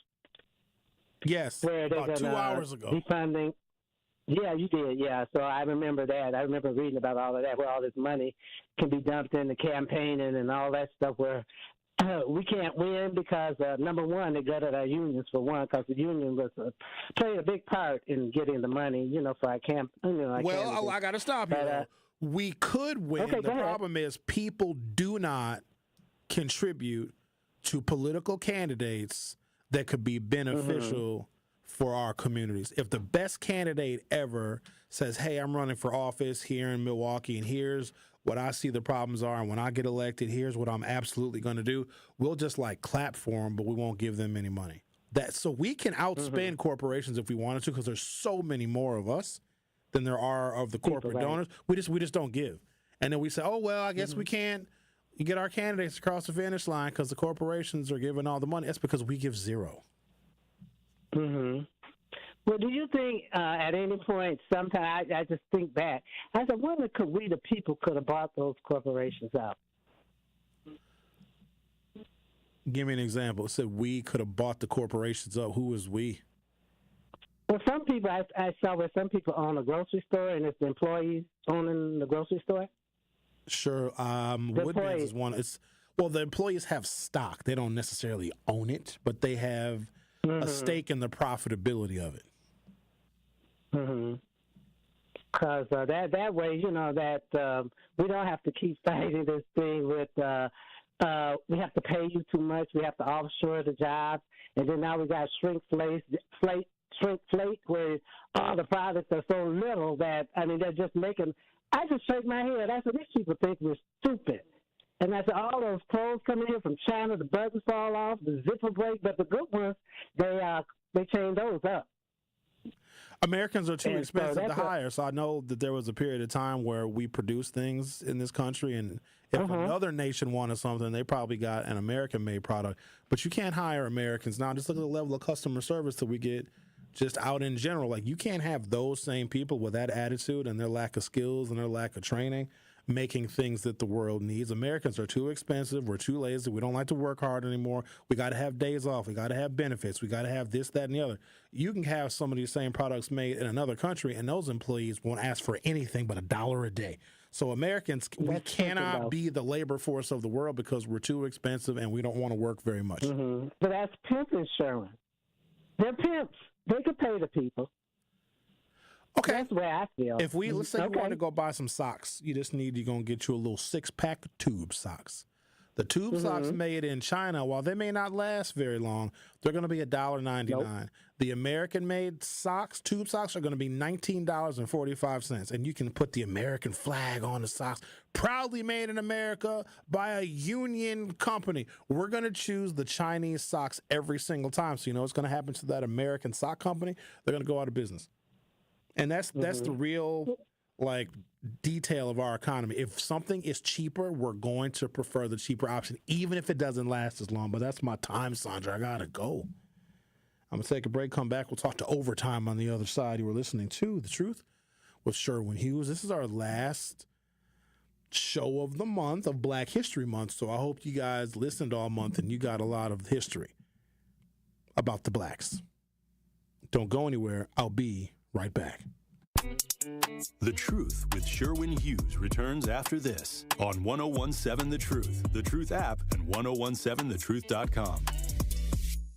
This is 1017 The Truth's Kyle Wallace, and I am Milwaukee. I take great pride in being a 414 boy and representing the city that I love. The great memories I have of going to Northtown Cinema to see movies with family and friends, to going to Capitol Court to see the Black Santa Claus, this city has helped shape me into the man that I am today, and I pledge to utilize my voice as a way to advocate for you in our community. Join the home of Milwaukee's realest conversations where you can speak your truth. We are the award-winning 1017 The Truth. Milwaukee Black Talk. If you've ever worried about your heart, if you've ever loved someone with heart disease, if you've ever wondered if you're the one at risk, let's remind ourselves that we are not powerless. Because at the Froedtert and the Medical College of Wisconsin Health Network, we're pushing to outsmart heart and vascular disease by working with you personally to understand your history, assess your risks, and guide you to heart strength. By digging deep with tireless research and offering access to leading-edge clinical trials. And for the most serious conditions, including heart failure, heart valve disease, arrhythmias, and vascular diseases, we provide renowned expertise and the most advanced life-saving procedures you expect from academic medicine. So let's get out in front of heart disease. Let's outsmart it. Let's keep pushing so that every one of us can outrun it and embrace every beautiful day life in Wisconsin has to offer. To learn more about our nationally renowned heart and vascular care, visit froedtert.com/heart. Life's better with American Family Insurance. Because whether it's a family road trip in your dream car or hosting a family reunion in your dream home, we help you feel protected so you can enjoy those dreams with peace of mind. Save up to 23% when you bundle home and auto. American Family Insurance. Get a quote and find an agent at amfam.com. Products not available in every state. Visit amfam.com to learn how discounts may apply to you. American Family Mutual Insurance Company, SI, and its operating company, 6000 American Parkway, Madison, Wisconsin. Ready to buy your first house, move into your forever home, or simply refinance? At Associated Bank, they've got you. With the right lending plan and guidance, you can achieve your dreams. Your financial goals are closer than you think, and Associated Bank is excited to help you reach them. Learn more at associatedbank.com/lending or ask a banker for details. Subject to credit approval, member FDIC, equal housing lender. I walk on the shoulders of giants who have come before me. I am grateful for those who changed yesterday. But I live in today. And I pledge I will help shape tomorrow. Milwaukee College Prep Scholars honor Black History Month not just during February, but each and every day they walk through the door, preparing for a better life for themselves and the world around them. Enroll your scholar at MilwaukeeCollegePrep.com. You are listening to The Truth with Sherwin Hughes on 1017 The Truth, The Truth app, and 1017thetruth.com.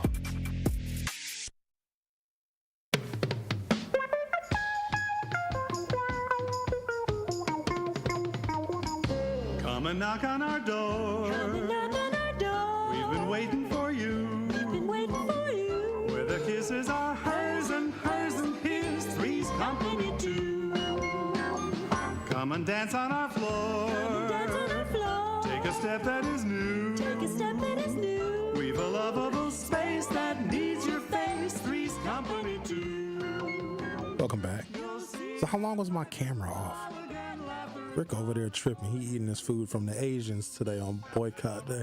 Let's talk to Overtime. Thank you for holding. You're on 101.7 The Truth. How are you, Overtime? Good yourself, Sherwin. I'm doing all right. What's on your mind? I'm going to share a story with you on this last day of Black History Month. Please do. Once upon a time, there was a white small town teenager who was obsessed with the NBA, certain basketball player who stood 6'9", 265, and he averaged 25 and 10. He was a hell of a player and a well-known white woman slayer.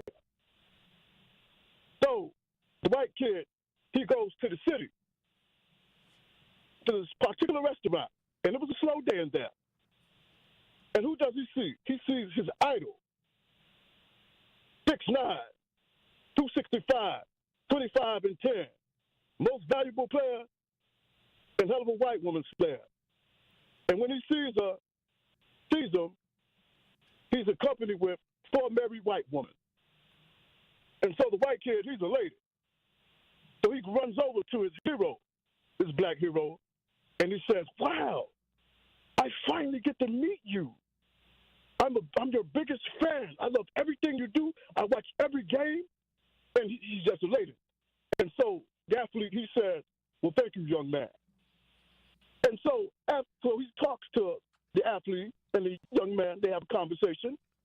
And the young man admits something. You know, there's no black people in my town. The only black people that are in my town are in the prison up the road from me, the prison cemetery, on TV. And you know what? I kind of feel safe I kind of feel safe with a black person in a box. But you're cool. And then the athlete says, "You have an interesting point of view, young man." Well, that's my time. And so the white lady, married white woman, they look this man in the eye, and he reaches in his pocket and he says, "You know what, young fella?" He gives him a $100 bill and he tells him, "And remember, the most valuable white person you ever meet in your life is a dead white man on a piece of paper." And he hung up. So, do any of you want to analyze that? Because he kind of took us all the way around the block to get next door. Why did it have to be a 6'9" basketball player? And what was the 25 and 10? Like, what? Because he kept saying the 25 and 10. Was that his points and rebounds? And why do you have to be a white woman slayer? All the black men don't like all of the white ladies unless it's Barbara Eden and I Dream of Jeannie. That's different. That's a different set of circumstances. And plus, that wasn't even real. That was a show that was on in the 60s when you could keep white women in bottles. You can't keep white women in bottles anymore. It's not legal. You get a ticket for that. If you put a white woman in a bottle right now in 2025, you'll get a municipal citation at least. At least you'll get a ticket, maybe more. The most valuable white man. I'm trying to analyze this. What about you, Peanut Gallery? Let me go to the YouTube chat, see if you guys made some sense out of that.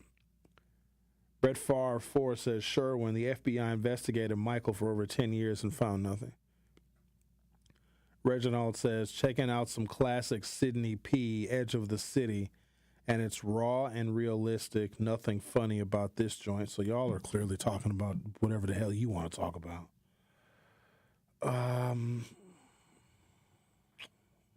Apparently the camera was off. Don't Play says, Sherwin, I thought you have said that if your people are running, you will run with them and question later.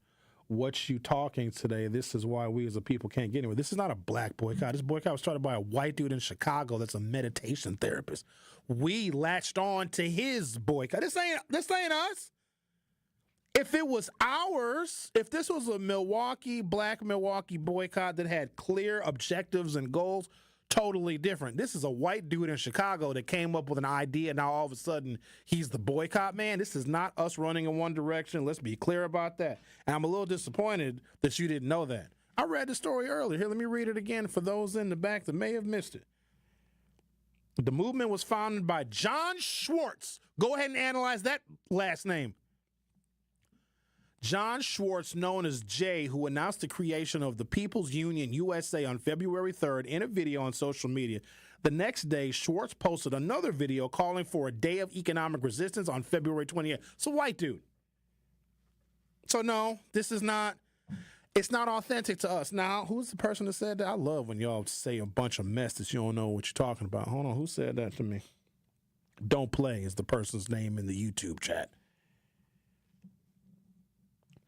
So, you know what this is, Don't Play? This is white people running in a direction and us following them. This is not our movement. Somebody said earlier that Al Sharpton is doing a boycott in April. That's going to be ours. Or if any one of you here in the city of Milwaukee, and to me, you're all leaders, if any of you said, hey, Sherwin, let's do a boycott in Milwaukee, and here's the clear goals and objectives. Or a real boycott is we all stay home from work one day.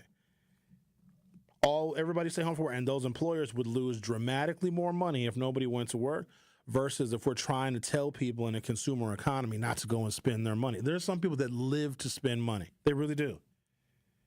And if they said, hey, Sherwin, we're going to do a boycott here in the city of Milwaukee because we want to call attention to, I don't know, lead laterals, or we don't want the police to be in the schools, or we're going to resist the sales tax increase that we didn't like, or we're going to resist the increase in our property taxes and people's rent going up because of the most recent MPS referendum, and we have clear objectives, and we want to call a meeting with the mayor and with the county executive, and we want the governor to come to Milwaukee.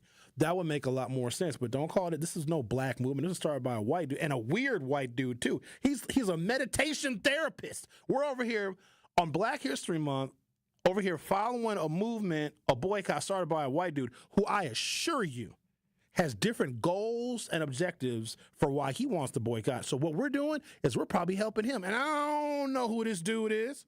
But is it no different than what Father Grappy did? It's a hell of a lot different than what Father Grappy did. Okay. Yeah, it's very different. Because Father Grappy was a white man, correct, that marched with the black civil movement, right? But Father Grappy was in Milwaukee, from Milwaukee, marching and protesting against the lack of open housing because the Milwaukee Common Council, led by Vel Phillips, was trying to pass open housing before the federal government created housing and urban development. This is a white dude from Chicago that nobody has ever heard of before. Is telling people during Black History Month to stop buying stuff for reasons we don't even know. The movement was founded by John Schwartz, also known as Jay, who announced the creation of the People's Union USA on February 3rd. In a video on social media, the next day, Schwartz posted another video calling for a day of economic resistance on February 28th to demonstrate that the people have power.